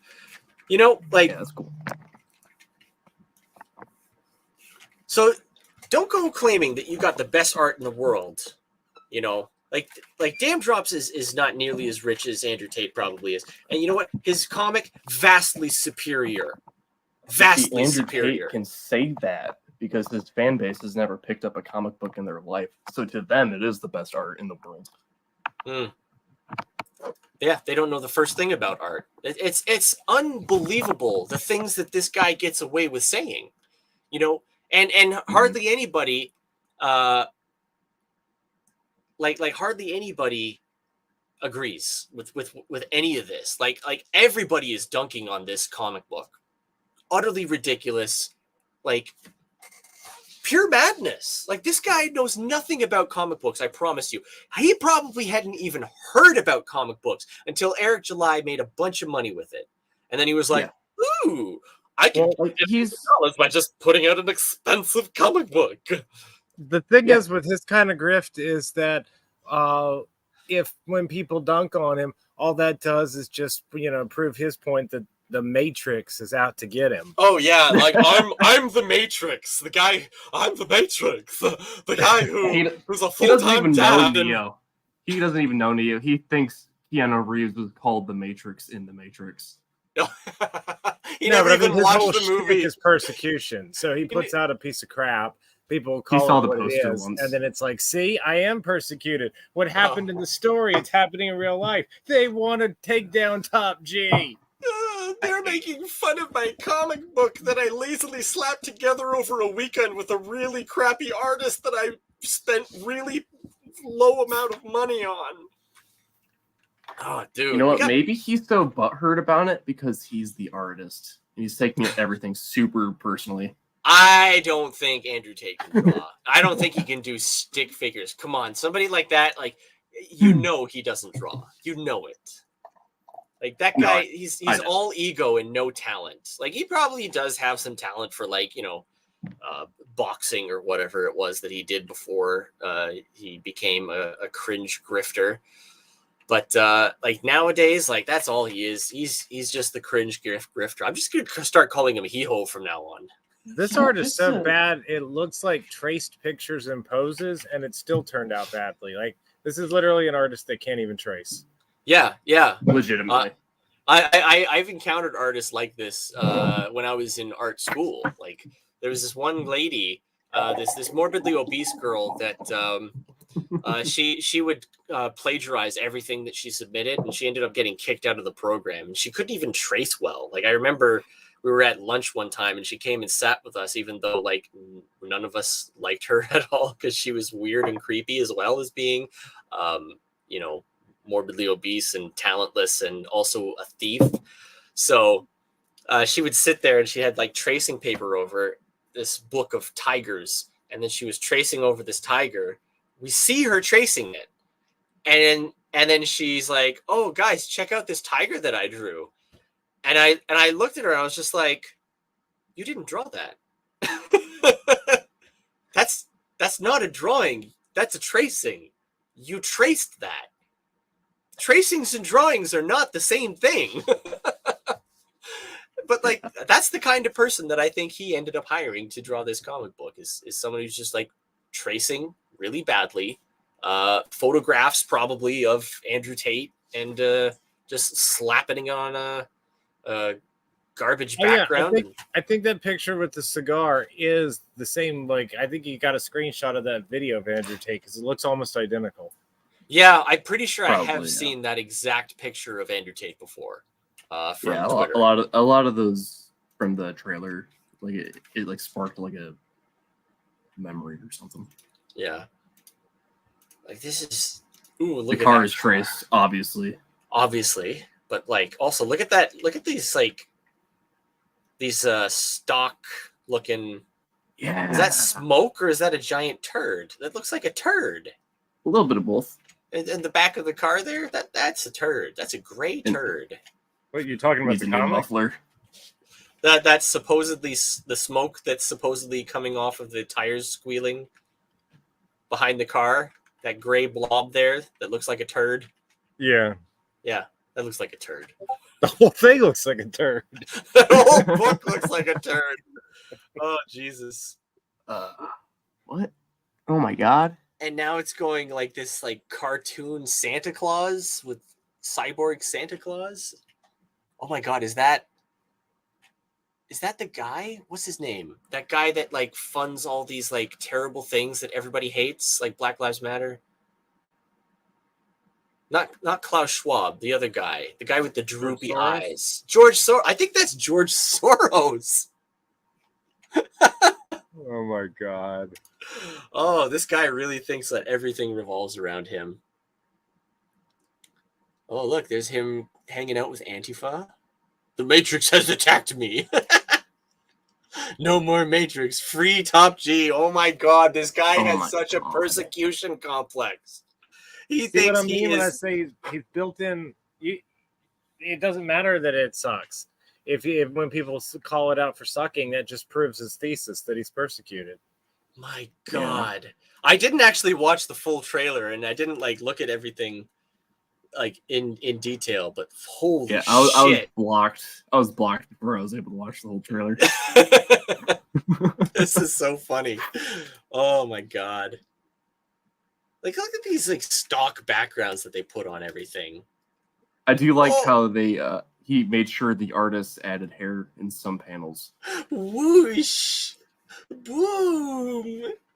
jumping away from the explode. Look at the heads don't match the bodies. This art is ass. Nothing matches anything. Why is that a surprise? You can tell that like the faces are traced and the bodies are not. Like the bodies were looking horrible and the faces looked marginally better, but obviously traced as well. The wait is over. You just announced this today. Nobody was waiting for this. How could we wait? Who was waiting for this? Who even knew that this was a thing? Ooh, ka-chunk. I love Spaceballs. Oh, it's so good. Wait, this isn't even over. There's still I more. think it's live footage now. Or did you skip past that? TopG.com. Yeah, so is it Top- TopG.com or is it Tom DM? Cruise. Tom Cruise should sue him. I would love to see that. Because it's like, you can't call it Top G. People are going to think it's Top Gun. And you're going to ruin our brand. That should be the next like Amber Heard trial, kind of like everyone watches that, like the live streams. Oh, Mumble Marty says maybe the pooping car was waiting for Imodium. My God. Not gonna lie, it looks like an NFT. It sure does. The car is pooping. Are Techman NFTs still says this is a thing, or is fever that dream. guy dead now? I'm pretty sure NFTs are dead at this point. I think like 5 people still do them. Yeah.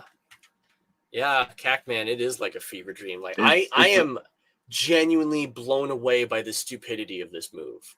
Like this guy supposedly got millions of dollars. You can't get a better artist than this? The audacity. Yeah, the audacity. My God. Every single person in comics should be shitting all over this comic. This is an insult to indie comics, to mainstream comics, to manga, You know what? to all comics. I just had a revelation. This is what brings indie and mainstream back together in like a friendly way. The enemy of my enemy is my friend. Yeah. My God, though, like, you know what? Fuck this shit. I'm done talking about this ridiculous grifter for now. Let's go on and talk about some people who aren't grifting. Some people who are actually running campaigns in indie comics because they actually love comics and want to make fun comics for people to read and enjoy. Let's take a look. And that isn't $97. And they're not $97. You could get like 8 of these campaigns for what you end up paying for a Andrew Tate Top G. I know we're off the topic now, but I do wonder what the shipping costs. It'll probably be like another like $200. $200 to ship because we're shipping from Saudi Arabia from the Burj Khalifa. God, this guy's such a grifter. My God. I hate that I ever have to defend him or that I ever have defended him because my God, I hate him. I do not like him. We don't. But the problem is that his detractors are such awful, shitty people that lie so egregiously that I can't help but defend when they lie. Yeah. I hate liars, man. I mean, I've defended many people that I do not like because people are lying about them. I'm just like, look, I don't like this guy, but you're lying. Yeah. Why did it have to be? Why did this have to happen? Anyway, I do not like him, Scam I am. I do not like him. That's a great idea. Yes, it is. That's a great idea. Change the stream name right now. Green Comics and Scam. Yeah. I do not like him, Scam I am. I do not like Green Comics and Scam. Oh, geez. All right, let's look at some actual indie comics, okay? Some real indie comics that are made with love and passion. Palette cleanser. Let's take all this negativity, crumple it up in a bowl, swish it into the hoop over there. in the garbage, and let's look at real indie comics. First up, we've got an upcoming campaign, not launched yet, on Kickstarter from Nicholas Mueller, who is also the creator of Demon Hunter Raven. He seems like a pretty decent guy. He's been actively making comics for a long time now. He's been fulfilled. He's fulfilled many campaigns, and I've got one of the crossover comics that he did with Clayman. It was pretty good. It's not bad. It's short. It's very short. I kind of want them to expand on that a little bit. Like if I'm going to see like a crossover between two characters that I've never really read, like I want you to delve into these characters a little bit. I want to see a little more. You know, I need to see more. I need to understand these characters. I want to know more. Show me more. So if you guys do another crossover, like beef up that script a little bit. That's my only criticism. Now I haven't read Demon Hunter Raven. I've only read the crossover with Clayman. I haven't read Winnie the Pooh Demon Hunter Volume 3, but I haven't read any of the Winnie the Pooh Demon Hunters. But hey, I see this guy. He's hustling. He's making his comics. He's passionate about it, and he's trying to make the best comics he can. If the idea of a demon hunting Winnie the Pooh, because that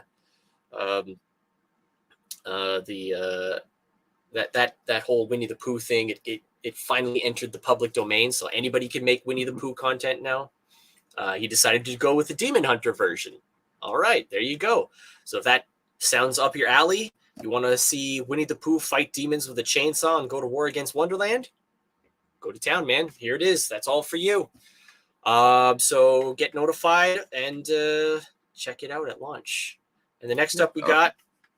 Sorry, you want to say something? Yeah, I was going to say that art looks cool. You know, he's a decent artist, man. A lot better than Top G. I'm sorry, I can't even Voldemort. I can't even say Top G with a straight face or a normal voice because it's so narcissistic. It's so ridiculous. Top G. That fits a lot better. Top G. I'm Top G. All right, so there's a real comic, guys. Go support real indies, okay? Not this Top G. Yeah. $97 garbage. I feel like there's actually a good idea in Top G behind the stupidity. Like, think about it. Like, you have a superhero, guy's got powers, and he acts like Andrew Tate, and he's streaming, and he's a blowhard, and he's all ego, and it's all for show. But yet, there's actual powerful villains that he pisses off, largely unintentionally, not even realizing he's starting something for real. And then ends up, ironically, being... a necessary hero fighting real evil, as you've got this setup of this ego blowhard, but these legitimately worse, powers that be. That's kind of how I feel like there's a real Booster question Gold in started. there about I think that you're onto something there in that it could work.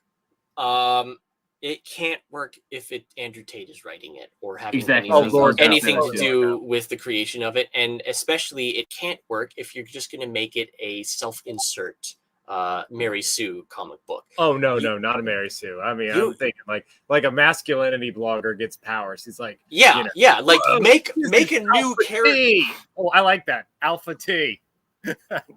Like you have to make a new character. Like the moment you self-insert yourself into your comic to just fillet yourself and your ego, it's guaranteed to fail. That's what that is. It's just Andrew Tate jerking himself off. It's like how many people? His comic as he's got. No, I know what you mean. I know what you're saying. I know what you mean. You're saying like the concept itself could work if you had a competent writer and artist. And only if you took the main character less seriously, if you acknowledged, I mean, you know what I'm trying to say. If you acknowledge the inherent absurdity in it and made it be, like I said, like my idea is like a masculinity blogger gets actual powers, incorporates it into his blog, and then when he pisses off real villains, has to adjust. And there's a lot of material there, but it only works if you acknowledge these blowhards at the beginning. Right. Yeah. All right. So let's take a look at our second campaign. We only got 3 that were submitted to the thread for the stream on Twitter. Hopefully, we'll get more next time. I do want to start doing these streams once a month. And then hopefully, you know, as we get better and we start to build up things, we can do more. But yeah, this next one is by Amy Fusco. She goes by, what was it, Mrs. Bashimala, Mrs. Oh man, I'm drawing a blank on the. I thought it was Mrs. High Llama, like the animal. Mrs. High Llama, maybe. I don't know. It's usually just Mrs. H. I know it is just like Mrs. H, but that's what she is on Twitter, is like Mrs. H. I don't know what the rest of her @ is. I'm going to make a note of this for next time to collect the @ of the people that are submitting the links to these campaigns that we're shouting out on the stream. So Mrs. H, I will make sure to get that right next time. Sorry about that. But yeah, this is the Adventures of Captain Orange #4. Like, she's 3 into it already, so yeah, clearly there's some desire for this comic. She's doing something good with it. She hasn't launched yet, but you can go to Kickstarter and you can get notified on launch. Also, next time I will also make sure to include the links to these campaigns in the description as well. So if I can. I'll post them in the chat as well. I think I can edit the description of the video afterwards, so that if you do go there, I'll double check. I don't know, but I'll double check. I'm pretty sure I can. This comic fits in with that style we were talking about at the beginning of the stream of, like, you know, like the camp played straight. It appeals to me because I am a huge and unironic Lost in Space fan, and you can definitely see she's channeling that energy right off the bat, like with the robot. The narration in the book is being provided by like an actual radio. So have you read some of the first issues? Yeah, I have. Yeah. Okay. Cool. Well, it's just like a lot of the, like, you know, throwback kind of classic style, very like golden age kind of 60s, and like there's like this 1930s radio that the narration comes out of, almost as though you're like hearing an old radio show. Okay. So it's got a guy like that Flash Gordon stuff. I like that. I like that old fashioned kind of. Yeah, I love style, like, you know.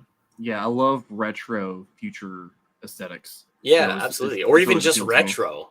Like that's why I love the Hero Man idea, and I can't wait to see that start moving along, because I love those aesthetics. Like, they're fun, man. I grew up with like Archie comics. Like, I didn't grow up with a lot of like the Golden and Silver Age comic books from like Marvel and DC or anything like that, but like there's a lot of that Golden Age kind of style within like the Archie comics, and yeah, I dig it, man. I dig it. It's the bee's knees. It's the cat's pajamas. I don't want to put words in someone else's mouth, but from what she said on Twitter, I believe like she started these comics basically like for her family, and it like went from there. So it's kind of got that like super underground, that kind of success where the person didn't know when they started it that they'd be, you know, up to, what is this, number 4 now? Yeah, number 4 successful campaigns for something that originally wasn't even going to be public. Like, yeah, that's very garage band. It's got that special kind of cool. I like that. That's got the like the true heart of indie comics in it. I dig it. Right. So the Adventures of Captain Orange #4: swamp creatures abducting colonists, haywire robot attacking the captain, lucky star wandering in the mire. That already feels like one of those kind of old timey radio broadcasts. I should have read it with that Batman narrator. Let's try that again. Swamp creatures abducting colonists, haywire robots attacking the captain, lucky star wandering in the mire. There we go. Much better. Boom. There we go. Pow. All right. Clip so that's that the Adventures of Captain and turn that into, clip that audio, and you can use that for your Kickstarter trailer. There you go. Mrs. H, you got one right there for you. Next up we got is the Mighty Sons of Hercules. this one has already launched, so it's in the middle of funding. It's got a $7,950 goal, Canadian, and it's up to 7,928. So basically, they get one more backer, and they have officially, made their goal. So this is from Sirsova on Twitter. He's based, and I believe they also run like a science fiction sort of like short story anthology. Heracles, God damn it. Okay. Cacman's getting all grammar Nazi on me. But yeah, so Mighty Son of Hercules, an homage to classic sword and sandal adventures. Let's check a look, and when we actually have like a campaign, we'll actually check it out in a little more depth. Let's take a look. From Retrovirus Records, he's created 22 campaigns and backed 82. So this guy is very much mired in indie comics. He's the editor for Sirsova. I also blog at Sirsova, briefly a professional video game reviewer for myabandonware.com. So in the story of the Mighty Sons of Hercules, long ago, in ages past, there were men who traveled the world seeking adventure, fighting injustice, defending the weak and the helpless, looking to right wrongs wherever they are found. These were the Mighty Sons of Hercules. Sirsova Publishing invites you to join 8 of the Mighty Sons of Hercules on their daring adventures. You'll be amazed by their impressive feats of superhuman strength. You'll be dazzled by the exotic and dangerous beauties who would seek their downfall. You'll cheer as they save the innocent from peril and mete out justice to dastardly villains. Wherever righteousness must have a champion, there you will find the Mighty Sons of Hercules. Whenever there is need and no mortal man can suffice, a Mighty Son of Hercules shall appear. Featuring Very the cool. adventures of Melkart. The Phoenician trader warrior Melkart is betrayed by the poison-happy king Mithridates of Pontus in Melkart Unchained, an all-new novella-length epic from Mark Mellon. Maxus, the cult of dusk, has been raiding for slaves to sacrifice to poison the spirit of the land. Maxus must stop the raiders of the wicked queen Nyunui in Abe Strongjohn's Maxus and the Lake of Blood. So this is, I guess, an anthology. Cool. So how many pages are in this? Doesn't say off the top there. Yeah, that first one said it's novel length, didn't it? I heard novella, so length epic. So I don't know. I'm not really sure. Let's take a look, see if we can find that information. I want to know.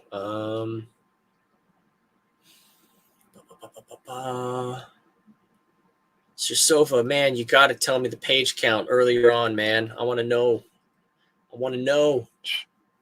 It looks like a pretty thick spine. Like it's perfect bound. Like we can see that. So it's probably within the 60 plus pages range at least. We got stretch goals, risks, and challenges, but no page count as far as I can find. Come on, bro. Help me help you. Give me a page count. Where is it? Well, it's got to be here somewhere. Ebook. All right. Well, that's going to be my critique for this campaign is tell us the page count. If you've got it, like it's got to be in here. It can't be just in the the pledge tiers. Yeah. And I don't see it there either so far. Like you got to put it somewhere at the top of the story. Like, Yep, that's always one of the first things I look for. yeah, it's one of the first things I look for. Projects. Well, because you want to know how much bang you're getting for your buck, right? Exactly. Yeah. Yeah, absolutely. I mean, it's a hardcover, right?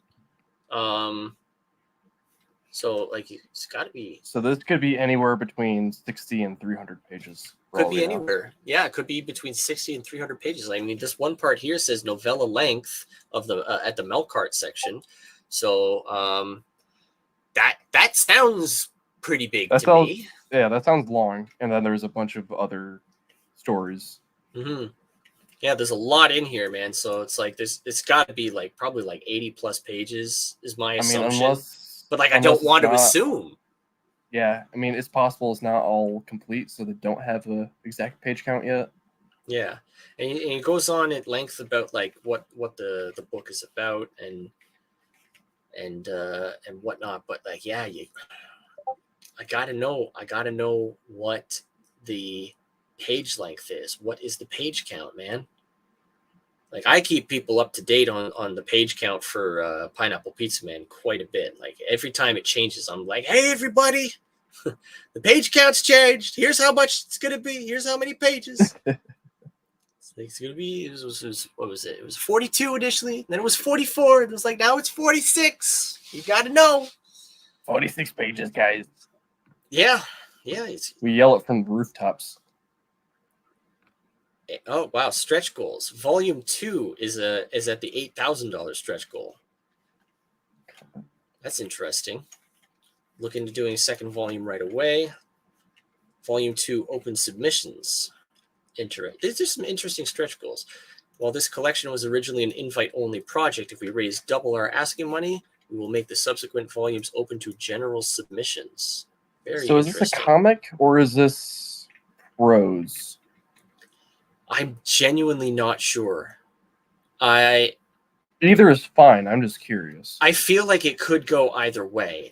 The only two images he's got is the front and back cover, I think. Because So that we've got- one, that kind of Yeah. looks like a Frank Frazetta type, and that kind of screams prose to me. And it looks like he's got a flipped version similar to like the Black Hops. I think it was volume 2, because they had the one story that goes to the front, and then they flip it over, and there's another story that goes the opposite way. So it looks like they're doing a similar thing. I don't know why you would ever do that with prose. So I feel like it must be a comic book or a graphic novel. Is it a graphic novel? Let's see here. Featuring the adventures of sorcerers. There's hundreds of silver screen stories. Fictional anthology is okay. Whoop. Oh, my screen just went black for a second there. I don't know why. Yeah, I don't see anything to tell me which it is. All right. It looks like they're definitely going to hit their goal, so that's great. But I think they could really stand to clear up some of the questions that I have. Because if I'm having these questions about the campaign, then I think it's very likely that other people are going to have questions. And it's possible they clear that up on Twitter after the Possible, fact, but it's something that you need to have on your campaign page. It has to be on the campaign page. It has to be on the campaign page. If it's prose, I want to know. Is it prose? Is it a comic book? I want to know. How many pages are there? Like how many pages for each story, even, because you've got multiple stories. It's an anthology, so it might be good to break that down. Like how many pages? Like I really want to help. I would love to. I like Tresova. They're good people. But yeah, I need more information. Like I personally would not be able to back this because I just don't know enough about what it actually is. That's a problem. In the tiers, does it say anything? Does it clarify anything? It just says receive paperback and hardcover. Here's like let's see, receive ebook. But the thing is like that doesn't tell me anything. Paperback copy, signed. Like that doesn't tell me what it is. Because like a novel or a prose anthology could be paperback, could be hardcover, could be ebook, but so could comic books, so could graphic novels. So you have to like paste that. Oh, Forrester, you said something in our personal chat. If you want to show that off, just bring it up and I'll let people know. Right? I think we're done with these guys. So yeah, I sent it to you on Twitter. Oh, on Twitter. Okay, so I got to do that then. Sure, making me do all the work. Jeez. I'm kidding. I ain't bothered. It's all good. It's all good. It's for a friend. We like Dylan R. Fagan. He's a good buddy. He's a good guy, and he's doing some good stuff. Like this here. He's got a comic coming out that he's working on called Octagon Princess.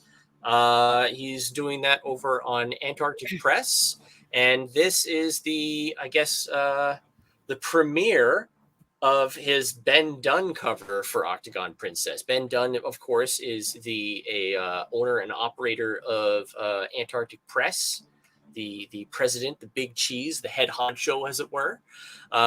Pretty decent guy as well. I like Ben Dunn. We all like Ben Dunn. And I like what he's doing. And here's Octagon Princess by Ben Dunn.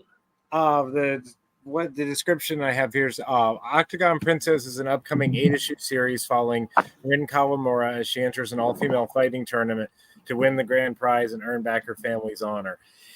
That he's underselling it a little. It's a lot more complicated, a lot darker than that. She was like this really great fighter, and then her father was he's like this overworked Japanese businessman. And he gets killed, and she feels responsible and vows not to go back into the ring again. But then circumstances, she ends up having to do so, and so it is like a fun, sexy fight book, but it's got that more human side, the deeper stuff, if you know what I'm saying.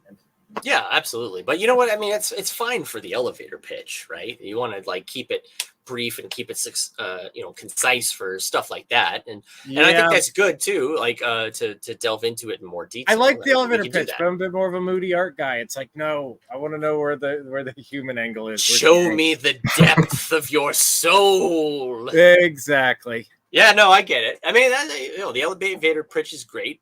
Gets people enticed, brings them in, be like, oh, that sounds interesting. Okay, tell me more. I think I just sent you on our private chat here the trailer. Okay. This was animated by Dan Sakharov from the Mythiverse. He put together a trailer with the voice actress. All right, let's take a look. In a book, on a Twitter, on a X.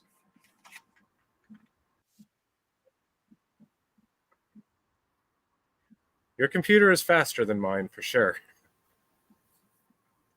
Nice voice acting. I'm not hearing it. I hope the YouTube people. Yeah, I'm not hearing it. Yeah. No, but I mean, we'll just have to. We can hear it. We'll figure out how to play videos from Twitter and get the audio for it at some point in time. But it's the best comic trailer I've watched today so far. I like that it's kind of in a comic book, format, like aspect ratio. Instead of like 16:9, like have it like that, like a comic book. Yeah. Yep. Yeah. So this. Oh, now it's not the character talking. Now it's them like. Okay, that last little bit was a bit weird, but yeah, no, it's a good trailer. Was it a pitch for it or something? I'm not sure. Oh, there's the AP logo. That's cool. Yeah. Well, that last it started off. It was like the character talking, and she's kind of like going over like the plot, and she's saying like, "Oh, I'm this character, and here's my circumstances, and why I'm getting into the ring, and blah blah blah." And that's good. I like that. But then it starts going in the new comic book by Antarctic Press, but it's the same voice. So then you're just like, "Oh, she's like breaking the fourth wall, and now she's like not the character, but now she's the narrator, but it's the same voice." Oh, that kind of reminds me of like one little nitpick from me. Did you ever watch Dragon Ball Abridged? Because they would start the episode with that. I did like that. Where the voice actor and character would be like, "This is a fan production, and it's all owned by Toei," and blah blah blah. I get that, yeah. But for me, it was more that there's like not any break between it. She goes straight from she goes straight from the in character description of her circumstances kind of thing, and then goes immediately into like the description of what the product is. And so like I don't think there's enough of a break in there Like it just goes all like there's like no pause. It just goes one right into the other, and that's my only real nitpick about that. I think it was a great trailer overall. Yeah, no, fantastic. Yeah, the art looks great. I didn't hear anything, but the art looks great. Yeah, I wish I could play the audio. I really don't know how I would do that. You're good. Yeah, we'll have to look into that. I thought that there would be an easy way to do that on StreamYard, but there was not.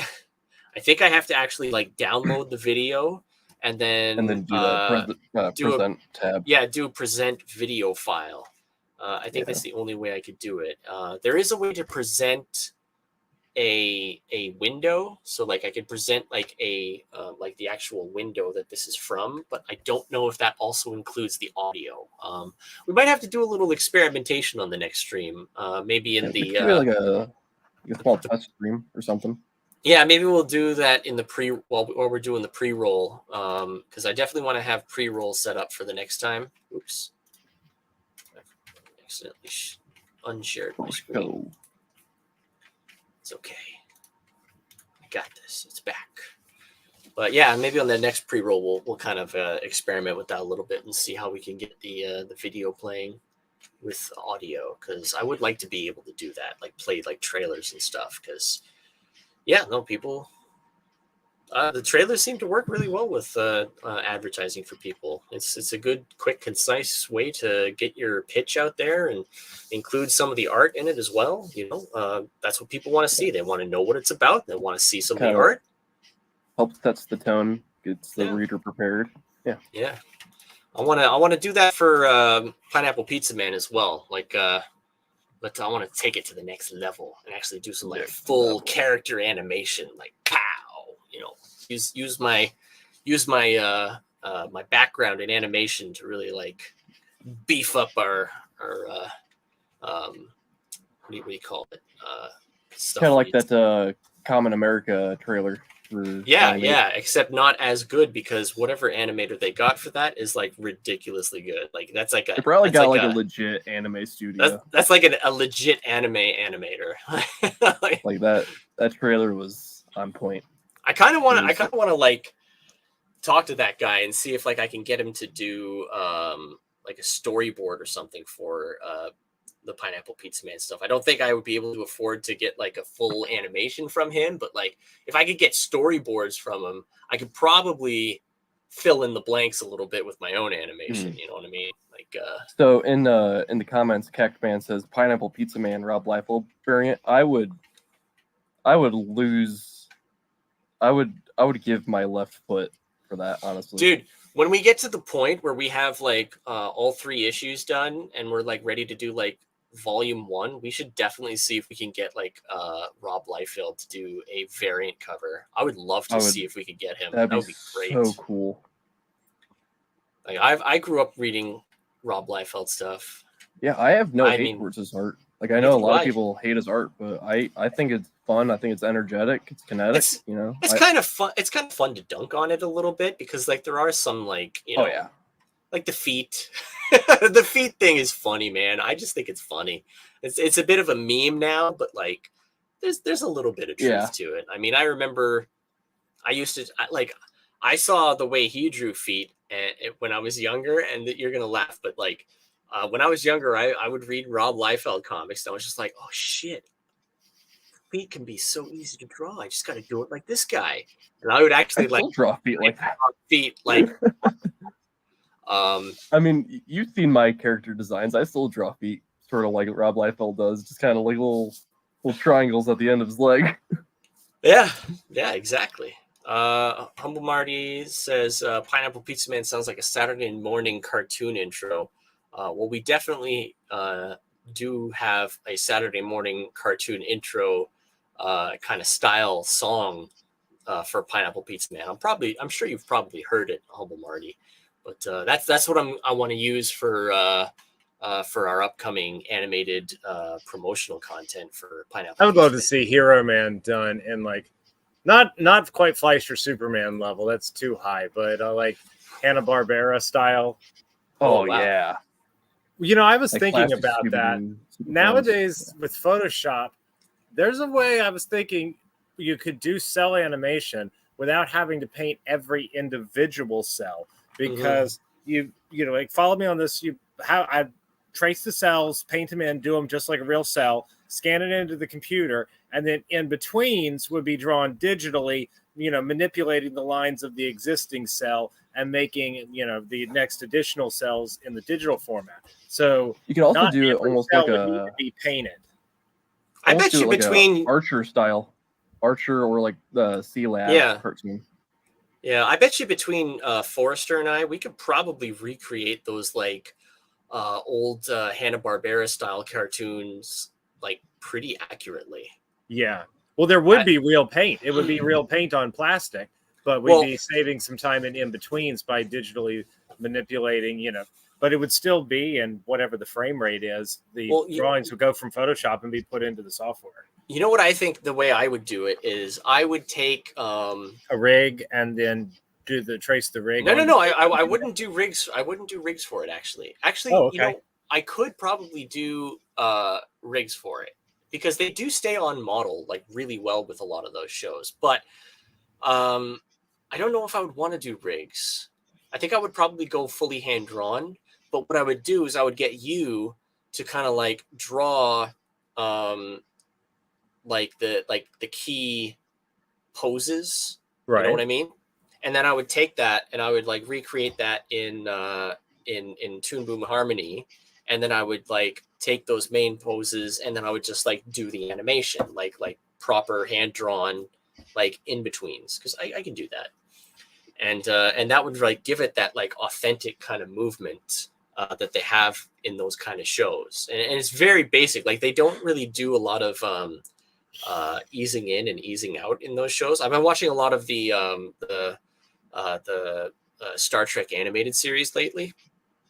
I like it. I actually think it's really good.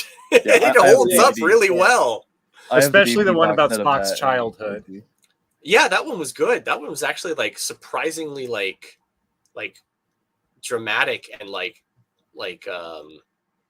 what's the word I'm looking for? Like serious. Yeah. Like it was a very serious episode. I was just like, wow, like this is like a proper, it's a proper Star Trek show. Like it's not like Star Trek for kids or anything, like what I was kind of almost expecting, but it's just like, it's literally Star Trek, but animated.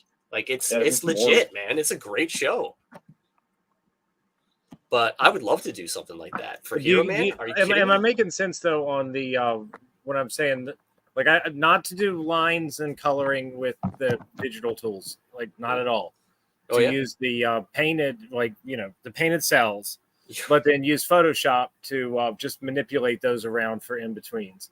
So essentially, all coloring would still be from paint, but instead of having to hand draw, like you move or change one detail.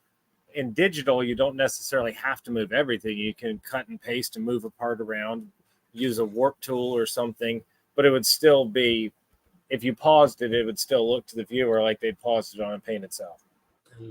Maybe. The problem I have with that is that it would be so extraordinarily time consuming. What? It would be so extraordinarily time consuming.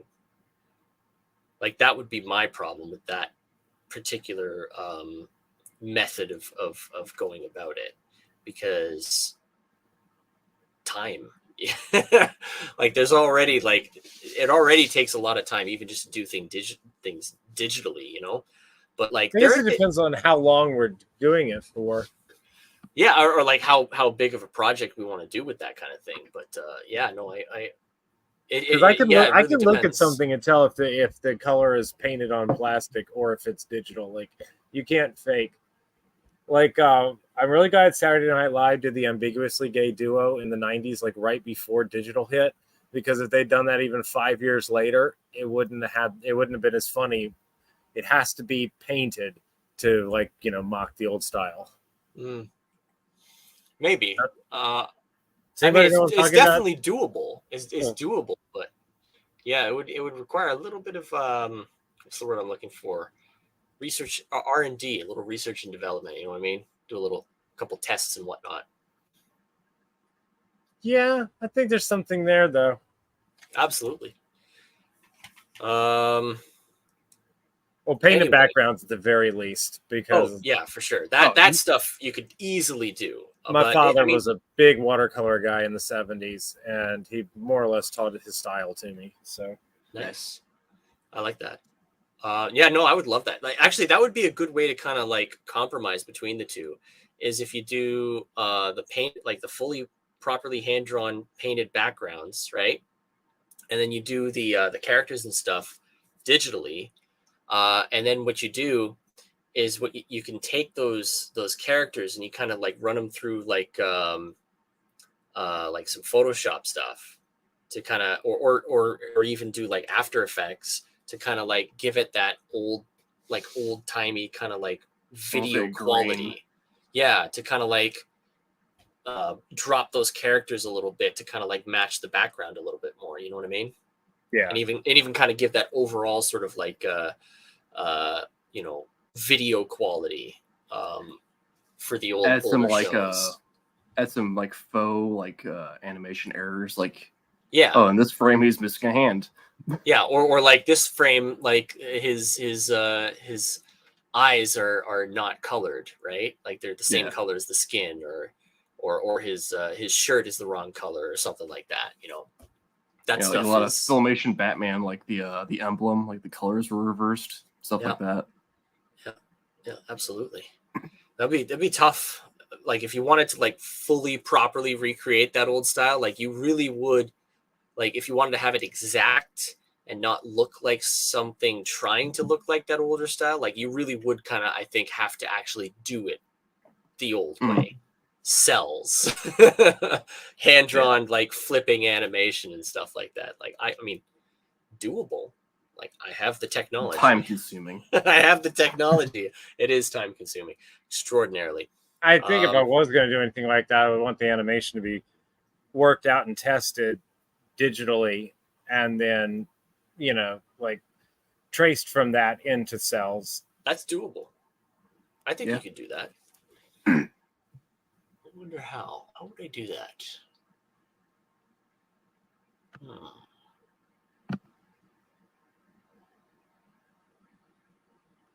Damn, now you got me thinking. Sorry. But anyway, I think we didn't get to all of our topics today. We got 2 more that we didn't get to, but I think we're kind of running our course. It's getting late. I'm getting tired. I'm sure everyone's sick of hearing me jabbering. I talk a lot and I talk fast on these things, so I hope that doesn't bother people too much. Yeah, I think we'll just start getting to our ending stuff here. So campaigns, check out Winnie the Pooh Demon Hunter Volume 3, Adventures of Captain Orange number 4, and The Money Sons of Hercules, which could be a graphic novel or could be a prose anthology. We don't know, but we would like to find out, and maybe you would too. Also check out Common America Volume 8. It has a couple days left. Yeah, Common America Volume 8 has a few days left. Good to know. I got Common America Volume 8. It's pretty much the only indie comic that I'm getting right now because I did lose my job. I did use up a lot of money, staying afloat for a while, and I pretty much can only afford to do one at a time. I miss the old days where I was just like every campaign I could just do. I liked having disposable income. I miss those days. But yeah. Oh, also, there's another one, Niobe Outbreak. I just got this not too terribly long ago from Larry Patrick Higgins. He does the Bad Girl comics with Niobe, and he's got Niobe Outbreak number 2 is funding right now, I believe. I think he just launched it a couple of days ago. He does good work, so check it out as well. All right, so I am Josh. Hey, real quick, Josh, can you see this? What I just sent you? Yes. Let me take a look. This was for one of the Mythiverse titles. This was just a cover for a short and an anthology, but that's kind of something along the lines of what I was thinking of doing with Hero Man. But even less. Oh yeah, you showed me this before. Yeah. Yeah. The watercolor there. Yeah, absolutely. Actually, Oh, weren't you talking about doing that for the your Pineapple Pizza Man variant cover? Yeah. Yeah. That's what I remember that image from. That's what you were showing me. Okay, before. I'm sorry. I didn't know I ever showed you. My bad. Yeah, you did. It's all good. I don't mind seeing it again. But yeah, anyway, Forrester, where can people find you? Just on Twitter at Dogs and Sailors. At Dogs and Sailors. That's also in the description below where you can find all of us, and as well Science Wizard Comics. Theron, where can people find you? Yep, Twitter at the one and only Ron. The one and only. And you can find me at Josh Animator on X.com now is what it's called. Yeah, so check out those campaigns. Check out us on Twitter if you're not already following us. Make sure to follow Science Wizard Comics on YouTube, and tell your friends to follow us as well, so we can get up some our followers on there. It'd be nice to get more people in these chats and get it popping. Cacman also says check out Super Plumber Gals. So there's another campaign that you can check out if you're into it.